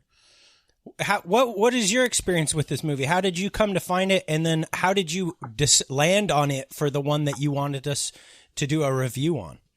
Well, couldn't really tell you how I stumbled upon it. I think it was just a new release back. I don't remember what year it was released, but I just happened to see it. I went on Microsoft Store because I know there's a lot of things, in theaters at the time that you can just go ahead and purchase and own. And I did that. I think I watched it the same night, and I don't know. There was something with just the overall feel of it that I enjoyed. I mean, obviously, it's actually one of the movies that actually did give me a few jumps here and there. But I don't know, really. I had fun with it when I watched it. I mean, I watched alone, of course, so, that doesn't help at all. But, yeah, no, it's fun. I just enjoy it very much. And plus, possession movies are kind of something I enjoy, too. So might as well try it out and see how it goes. Yeah. I mean, we just did the screening for The Exorcist, so, like, that was top of mind. And I was afraid of I just saw The Exorcist. Like any other possession movie is going to kind of pale in comparison, but it's not really comparable. It's not what this movie is about at all. Yeah, it's a fresh take on the same genre, right? Right. It's a little different, yeah. Yeah. Which I'm glad to hear y'all's little event went well too. I'm happy about that. Yeah, we're really happy about it, and we got to start writing for the Burbs pretty soon here. Yeah, we do. Yeah, hey, so tell us a little bit about yourself and your art, this bird. I'm just an ordinary guy that likes to vandalize things by going out and painting. It's kind of something that I started because of circumstance and life and just kind of being extremely depressed, that I felt like that was kind of the outlet I had for myself. And in turn, by doing that, however I was feeling, writing on walls, doing this, that, other people really connected with it, which kind of blew me away because it was, again, something that I was doing just for myself. And now, 3 or 4 years later, I have people commissioning me to paint in their house or their business for these smug birds that, may give off a pretty judgy look, but, are telling you to have, the best day you can have, or that they believe in you, or, just something simple that just kind of brings a little bit more happiness to this world. Yeah, it's something that, so going through your Instagram, I mean, it's clear that you understand the concept of a brand, right? Like this bird is pretty steadfast in all your stuff. Like he's the main It's like the main image, yes. Right. But then it's in a lot of different contexts and on a lot of different mediums, and it's always, a lot of the times it's accompanied by so the ones I'm looking at are your most recent ones, text that says stuff, like you said, that's just super uplifting. It's like, don't have a good day, have a great day. But it's next to this bird who's kind of stern, or don't give up or cheat. You got this. Like this. And the kind of that juxtaposition of this stern, this hardened, street hardened bird next to these, I don't know, they're uplifting messages. It just works, kind of. Yeah. Yeah. It's really odd how it works, but it's almost people tell me all the time, they even make a game of it and will, be driving around, keeping their eyes out, looking for the next bird. And I think what also helps is just it's the simplicity of it. I mean, you can see it from almost a mile away and already know exactly what it is, which is pretty cool too. Yeah. So have you gotten trouble from it? Have you gotten? I've been caught twice. Once was on my birthday, and then another time was just actually maybe 4 or 5 months ago. I was never arrested for it, thankfully. They just told me to cover up my shit and get out of there. So, needless to say, I covered up my shit and got out of there real quick. So, yeah. So how does okay? I've always been curious about this, and I've even watched some documentaries about taggers and street artists and this kind of thing. but the one thing that everybody that I always want answered, but it's always so tongue in cheek, I feel like they just suppose it's already answered, is like, what is that life like? You know what I mean? Is it always at night? Do you always go out and do this at night, tag things with your birds at night, or is it how did it start and where is it now? I think it depends on where you're wanting to paint. I mean, there's things that people would say as a day spot, which is essentially somewhere where you can paint during the day that you don't have to be so worried about who's going to see you or anything. A lot of those places are usually in, tunnels or other spots where not many people are traveling except those who are kind of in that lifestyle and know what they're looking for.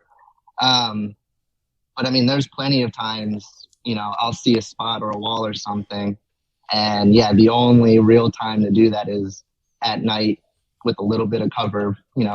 I'm usually out at between midnight, 4 a.m., between that time, out doing something. So Jeez. Yeah, it's just a matter of the wall and where it is, really.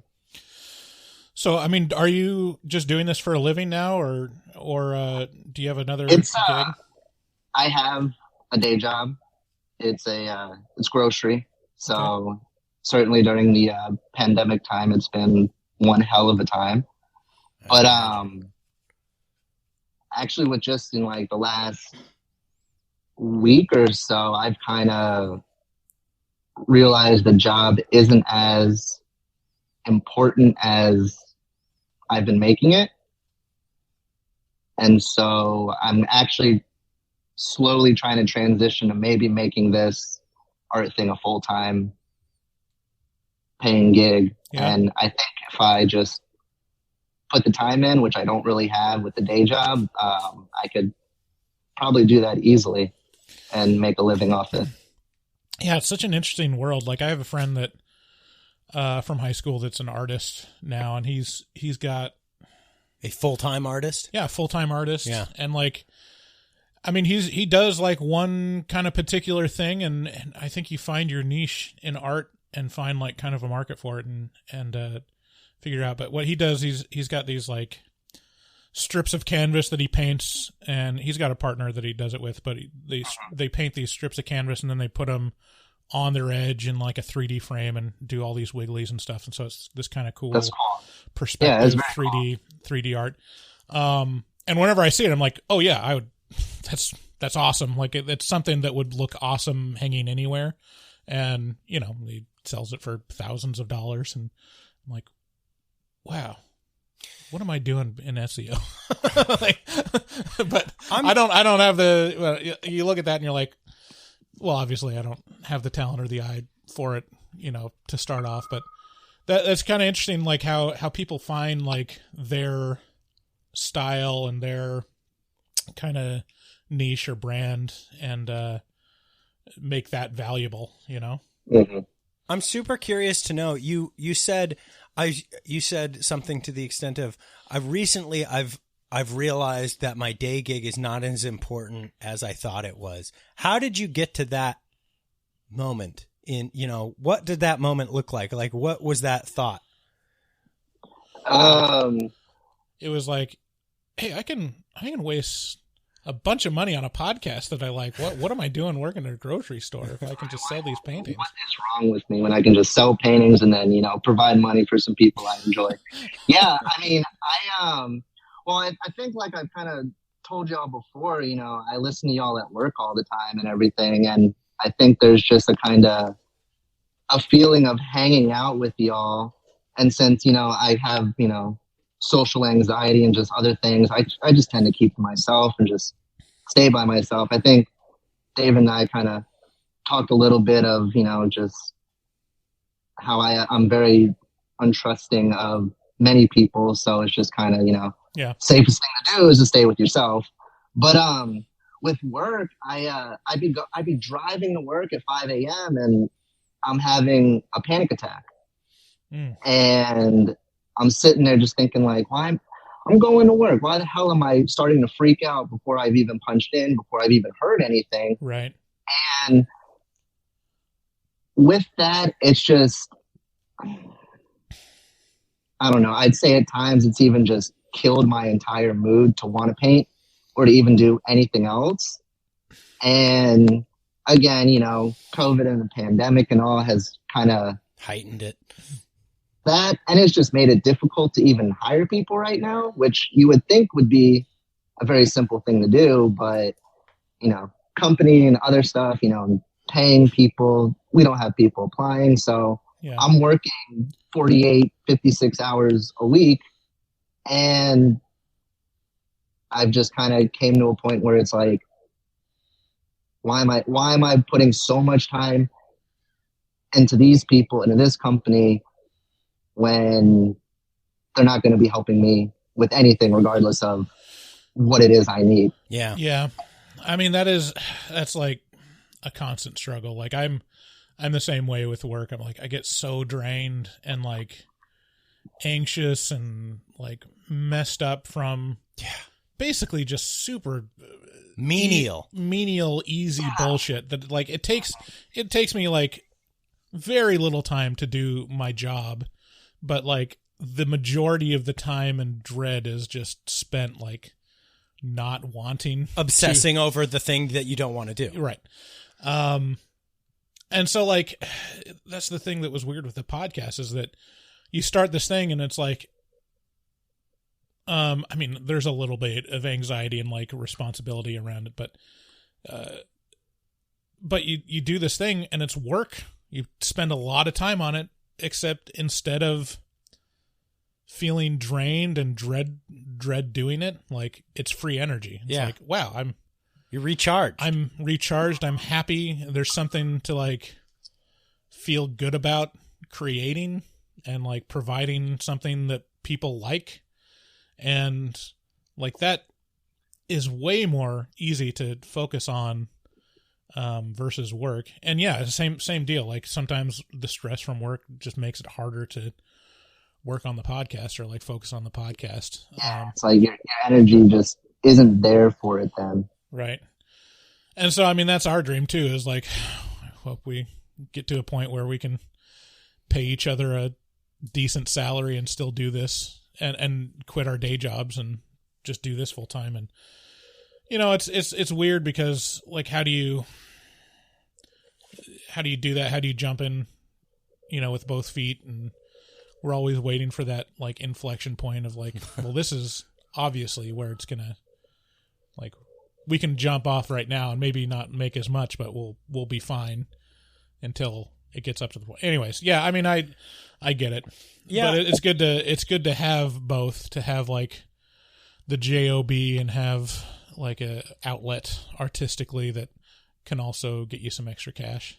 I think you got a really, really cool, like I'm just sifting through your Instagram and you have so much cool shit going on. I don't think you're going to have any problem making that transition because, I mean, it's just kind of undeniable shit, Yeah. So what made you land on the bird? Yeah. Well, I've always had the nickname of Bird, many years back and everything. I've always joked that my nose is so big that it's like a beak, so when I had hair, it used to be just kind of all up in the air, like Woodstock and everything. So originally that was what I wanted to write was Bird. And the more I kept going out, painting, writing my name, I just hated how my letters were. I just didn't like how it looked. It just all felt terrible to me. But there was still that desire to want to go out and paint. There was a lot of feelings that I was actually feeling for the first time in so long by going out and painting.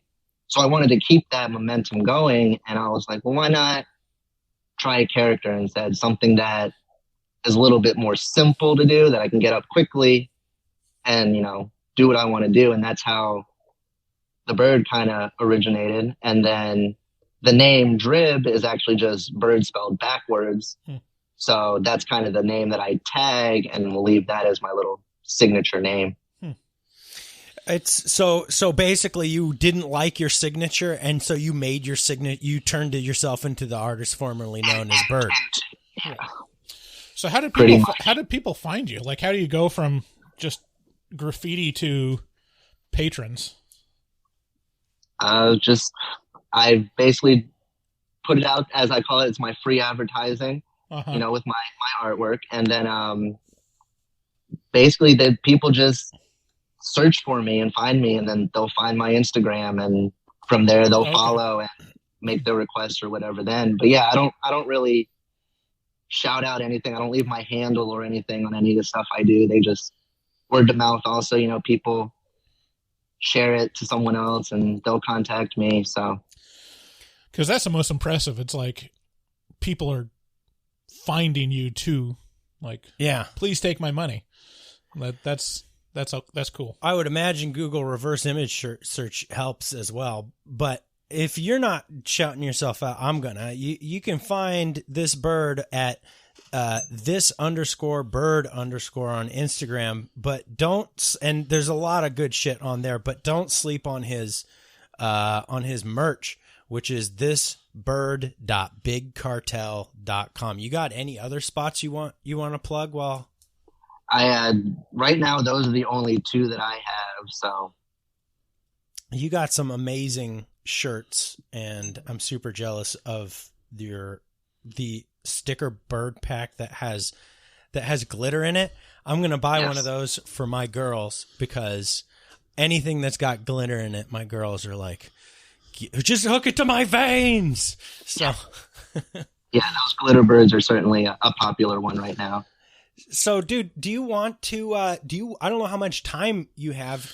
First of all, thank you so much again. Yeah. Thank y'all. It's been a blast listening to y'all. And yeah, we really appreciate it. So I've got a couple games lined up if you're game to play them. I'm totally down. Yeah. So we have planned bad reviews for good movies, and then also the Rotten Tomatoes game. I've got a. Yeah. So let's do bad reviews for good movies first. Have we done The Thing before? I don't think so. Okay, let's do it. Think so. Okay. So yeah, so bad reviews for good movies is a bit where we go to Google reviews and find 1-star reviews of indisputably good horror movies.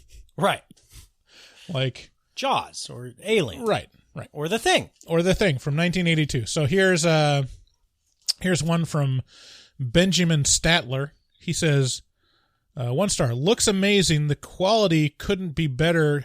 I'd give this 1 stars if I could. Also, a dog dies, which is gonna be my favorite if I watch it. My Snapchat is, I forgot. What? The thing about bad reviews for good movies is you're sifting through the most insane people ever. And sometimes they give it a good review. Yeah, they're like, best movie ever, scared the pants off of me, 1 star. Do you got it up? Yeah, I have one from Troy Gomes here. Trashy and boring as it looks. Nothing happened until the last 10 minutes of the movie. Very dull and slow paced. Save your time. Movie was boring and very little action. Now, this bird, is that sound like The Thing? The Thing? John Carpenter's The Thing to you? It does not. I mean, I enjoyed that movie a whole lot. Trashy and boring as it looks. Like, this is universally one of the most entertaining and beloved horror movies of all time. Damien O'Brien gives it 1 star and says, just an awful, terrible movie. If I could assign -5 stars to this abomination, then I gladly would. Ugh. Sage says, Would give 0 if could. Haven't seen it, but I hear a dog dies. Someone get PETA on the case. Hey, what are your go-to? What are your some of your favorite horror movies? This bird. Oh man. You can list a couple. I can list a couple. I don't even know if I can think of a couple like that. Well, I do know there is one, that I absolutely enjoy and would watch it anytime it's on. Dawn of the Dead. The 2004. Yes. With Ving Rhames. I don't know what it is with that one, but I think it's just because it basically just starts. Yeah. And it's just zombies suddenly going on. So it's like there's no build up to any of it. It's just like you just wake up suddenly and holy shit, there's zombies everywhere. Yeah. I mean, honestly, I could say any zombie movie would be appealing to me. I just kind of, I'll watch a horror movie as I'm drawing. So, I just pretty much put anything on. And as I'm working on it, I'll always be watching or listening, doing something like that. Cool, man. Yeah, I used to be the same way until I had to watch them all the time for now. And you have to pay attention to them. Now I have to pay attention to them. I'm going to have to talk about this later. Sucks the energy out of me. Okay, one last one. Sachilla. Yeah, you go ahead and read it. Yeah, Sachilla says, 1 star. Trash. Doesn't make any sense at My Mom Makes Sense More Than This Movie, Sussy. Yeah, so there it is. Bad reviews. Well, there you go. Bad reviews for good movies. They're not all great. This one. Do you want me to play us into the Rotten Tomatoes game? Yes, let's do it. Okay, here we go.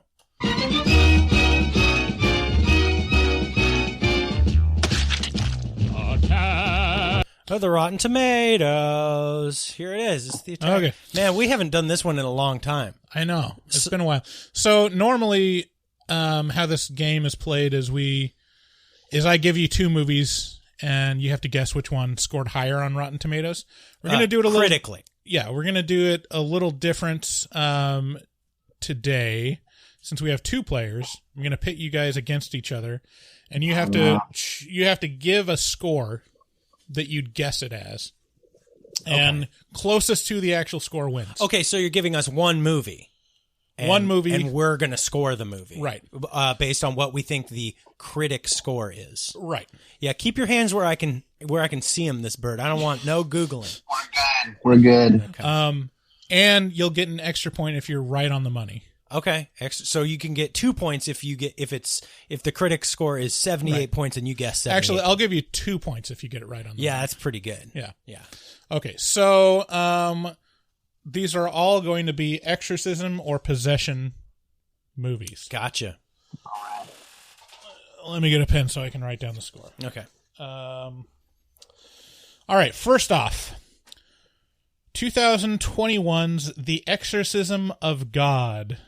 Synopsis says, Peter Williams, an American priest working in Mexico, is considered a saint by many local parishioners. However, due to a botched exorcism, he carries a dark secret that's eating him alive until he gets an opportunity to face his own demon one final time. The Exorcism of God, just last year. Okay, I'll go first. We'll take turns going first just so that we both have a fair shot at it. I don't recall, I vaguely recall seeing or hearing about this movie, so I might not have even seen or heard about it. So my reasoning here is I don't think this was a very big movie at all. It sounds bold to go for the exorcism of God. So I'm going to say not a fabulous movie. I'm going to put it at a 30, at just a flat 30. I'm going to say critics put this at a 30. Okay, 30. What do you say? I actually feel like I just scrolled by this movie the other day and kept scrolling on by. So that probably tells you how much I was interested in it, actually. Man, I'm just going to go a little bit higher and say it was 42. 43. The Bird is the winner. The score is 58%. Damn. Almost fresh. So Brian takes the lead with the first point. Next movie is The Exorcism of Emily Rose. Oh. We just watched this one, or just talked about this one a lot.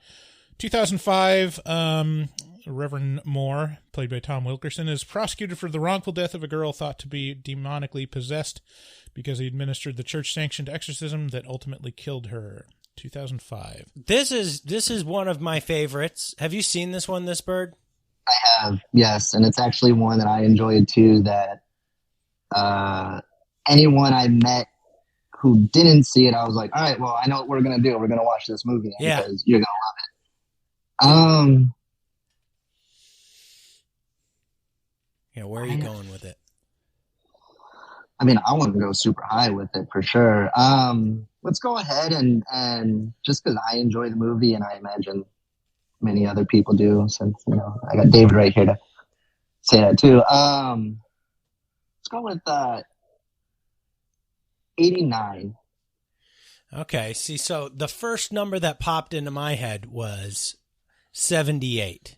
I'm going to say 78 because I think you know, just the way Rotten Tomatoes work, it's not going to be quite as high as an 89. That's my guess. We'll go 78. Okay, neither one of you were close at all. It scored 44, so David gets the win. 44, not even close to fresh. That's so sad. Yeah. The Exorcism of God is better. Right, according to critics.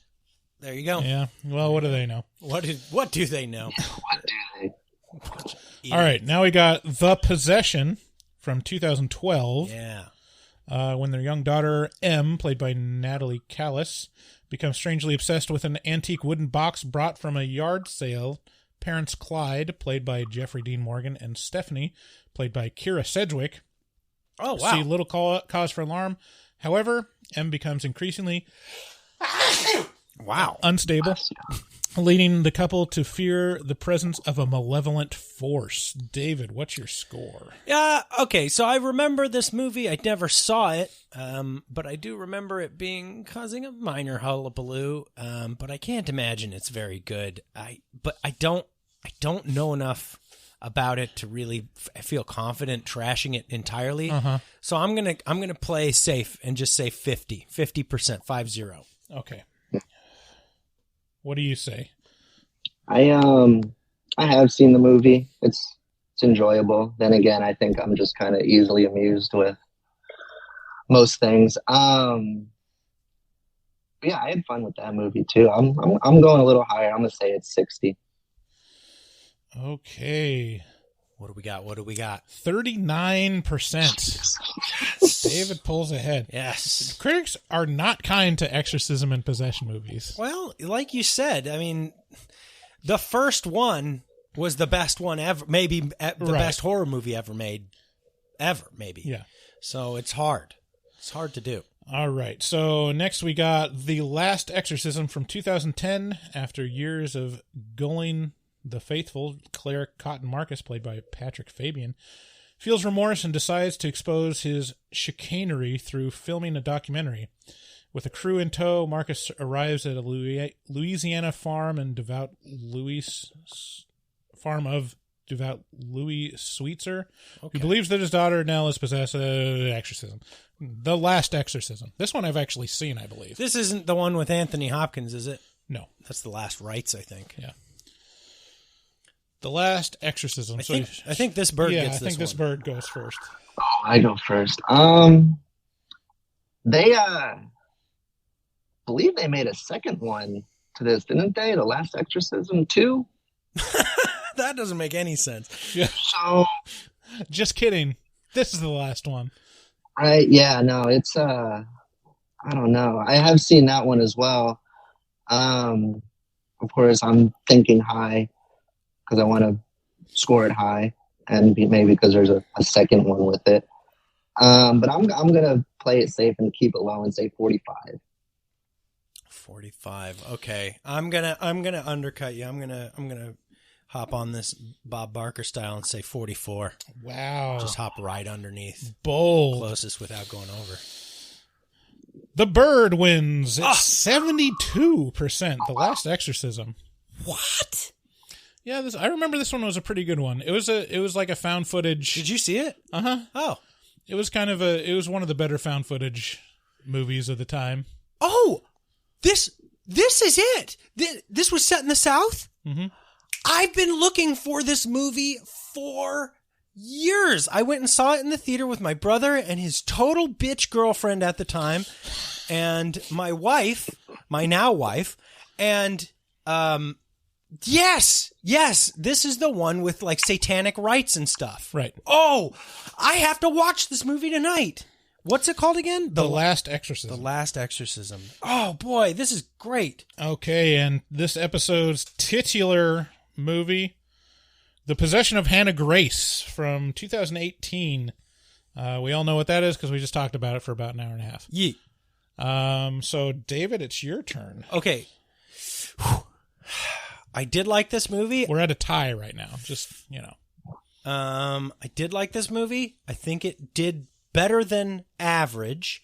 I'm going to put this at a 66. Can't go wrong. There's a lot of sixes in this episode. Mm-hmm. This bird just spent $666 getting us to review this movie and supporting us to the tune of $666. So I'm going to say 66. What do you say, Bird? Dang, I was gonna place it in the 60s too. Do it. I'm gonna go with 65. I'm gonna play David on his game. Okay. Wow. Okay. Wow. Here it is, coming down to the wire, baby. Well, hey, what's the score, Bryce? It's a tie. Oh shit. 2-2. Except for now, Bird pulls ahead. What is it? What's the? This is going to be depressing. The score is 18%. Oh. 18%. That seems way too low. Did that influence your score at all? Having looked this up ahead of time? It might have a little bit. I think I gave it a 7, and then I was like, I had to think about it for a while. I was like, yeah, no. you're swayed. I'm swayed. Yeah. That's okay. It's what's important is that you can reflect and be honest. Well, it's like, you give it a 7, I'm like, I don't know if that's right though. And like I doubt it. Yeah, I don't know. Because we just reviewed the new Texas Chainsaw Massacre and gave that a 7. So I was like, I mean, this isn't worse than that, but dude, people have been shitting all over us for giving that score, by the way. Yeah. This bird, what did you say your score for this movie would be for The Possession of Hannah Grace? If you hadn't have heard David's score first, what would have you given it? Just because I personally enjoy it a bunch. I'd probably hit 8, maybe 9 for it. Yeah, that feels about right to me. Anywho, well, okay, moving on. We still got. I think I got 10 in total. So I thought that was the tiebreaker. I thought that no, we're about halfway through. I've got pretty much most of the Exorcist movies coming up. So this is where it starts getting interesting. Exorcist 2: The Heretic. Owing to his experience with exorcism's father, Lamont, played by Richard Burton, is chosen by his superiors to investigate the death of Father Marin, who died during the exorcism of young Reagan McNeil. Heretic, the Exorcist 2. It's the bird this time, I think. I don't believe I've seen this one. I'm just gonna go with first number that jumps into my head and say 38. 38. I'm going to say, what was the title of it? Exorcist 2: The Heretic. Oh, it's a sequel to The Exorcist. I'm going to say, I'm going to go right nearby. I'm going to say 44. I don't think this was reviewed well. You're right, David. It was not reviewed well. It got 10%. Oh! Wow. Wow. So tied up again. No, Bird is double. Yeah, that's right. He got the last one too. I thought I got it for some reason. Okay, so next up we got a kind of a different movie, Possessor Uncut. Oh, that was a great movie. 2020. So. Have you seen Possessor, this bird? I have.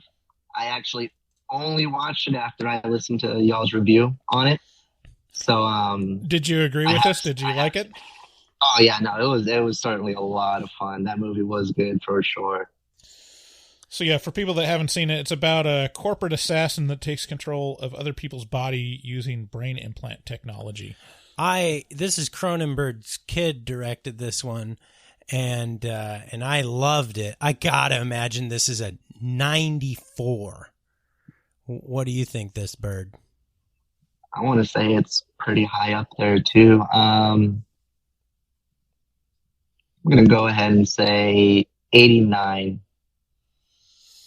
What do we got? Okay, we got someone right on the money. Damn, somebody got the actual score? Right on the money. I bet it was this bird. And it was David. Oh, hey! I was going to say the higher number, yeah. 94%. So you get an extra 2 points. So you get... So we tied it up. No, you're pulled ahead. You're one ahead. Oh, shit. So, wow. I mean, this all of a sudden became very dramatic. It's anybody's game again. It's anyone's game. Next is the best movie of... horror movie of all time, in my opinion, The Exorcist, from 1973. We just did the live screening of this. It's about the possession of a little girl and an exorcism. We watched the director's cut at our live screening, and I hadn't realized that it was going to be the director's cut. And there was a bunch of extra shit in there that I was like, what is all this extra shit in here? Anyway. Well, I remember when I watched that movie when I was much younger, it scared the living shit out of me. So I'm gonna put it up high and say 86.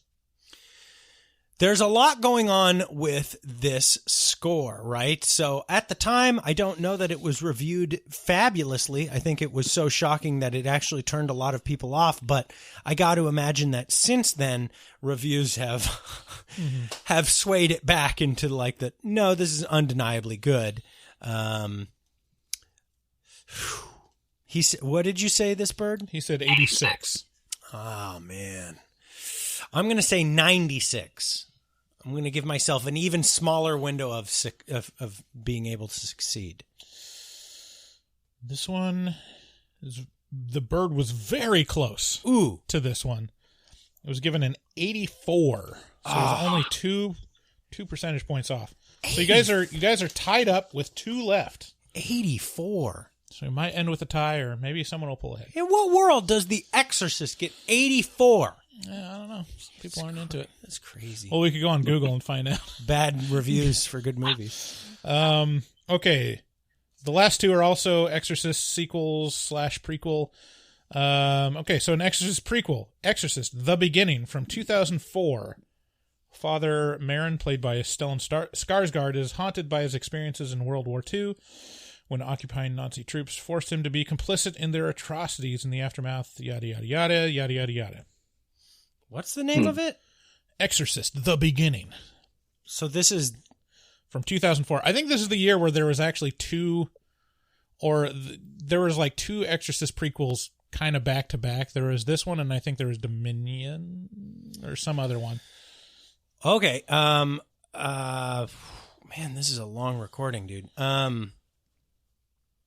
I don't know. I guess I'm gonna do my safe thing and go 50% because I have no idea on this one. I've never heard of it. I don't remember it. That's what I'm gonna say. 50. Okay. Yeah, he's on the fence. What do you say, Bird? I mean, I can't say my guess is gonna be any better. I feel like I've seen the movie, but I'm sure I'm probably just thinking of a different movie. I'm gonna go lower and say 32. Okay. Good instinct, because it was 10%. Wow. So the bird pulls ahead. Okay, last question. Best you can do, David, is tie up unless you... unless I get it dead on. Get it dead on. Okay. This one is The Exorcist 3 from 1990. Police Lieutenant Kinderman, played by George C. Scott, notices similarities between the current murder investigation and the methods used by the Gemini killer, played by Brad Dourif, who was executed 15 years before. He soon discovers a hospitalized mental patient, Jason Miller, claiming to be the dead serial killer, but who looks uncannily like the priest Kinderman knew, who died during an exorcism. Brad Dourif is a familiar name. Is that the Child's Play fella? Yeah, he's the voice of Child's Play and a lot of other stuff. Yeah. He was like Wormtongue in Lord of the Rings. Yes, that's right, yeah. This bird gets to go first. Exorcist. I've not seen this movie at all. Well,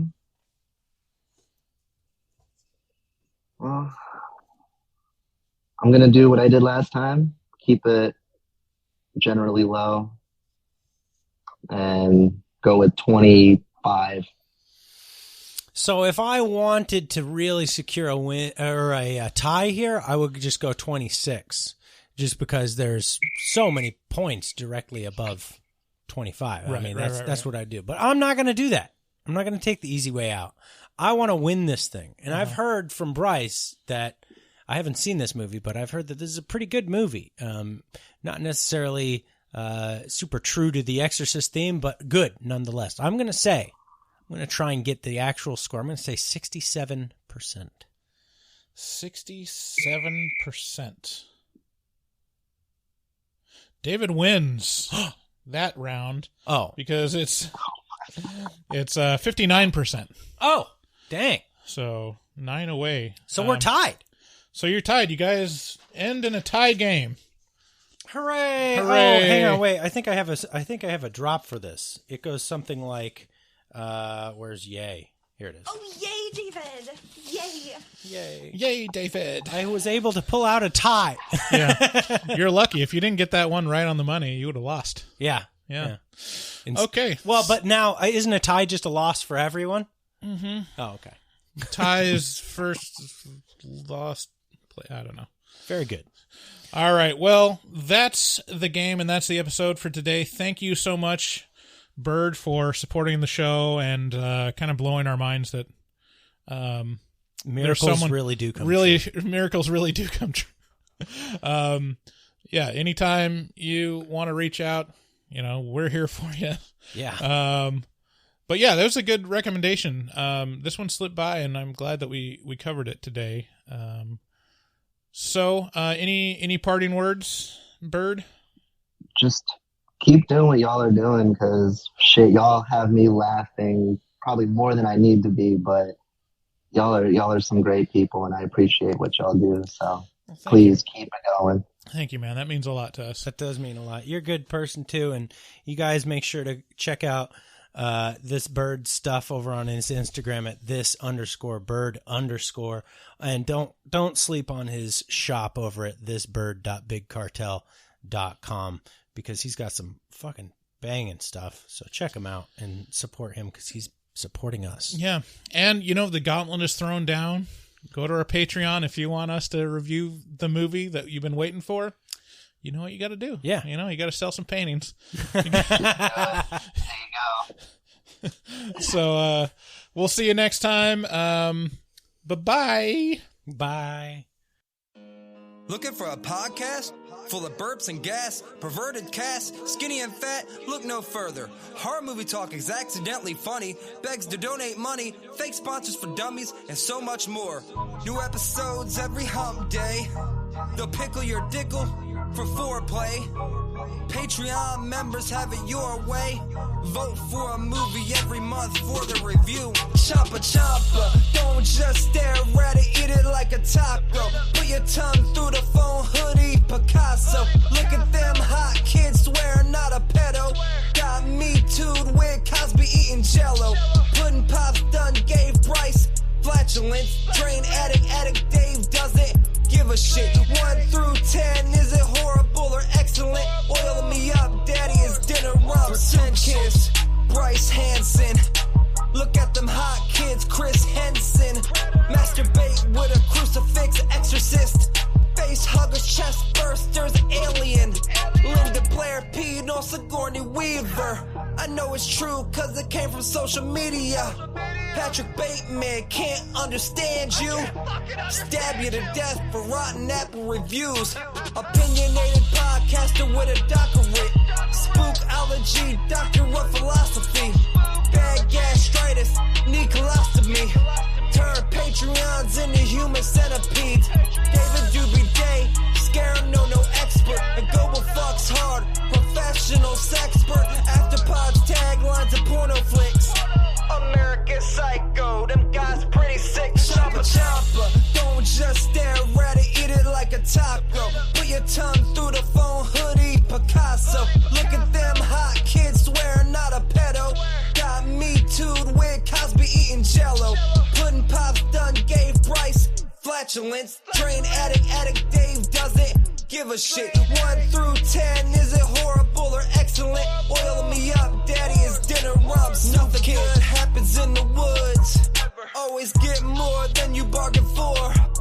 Got a pickle to dickle, machines tickle bitties.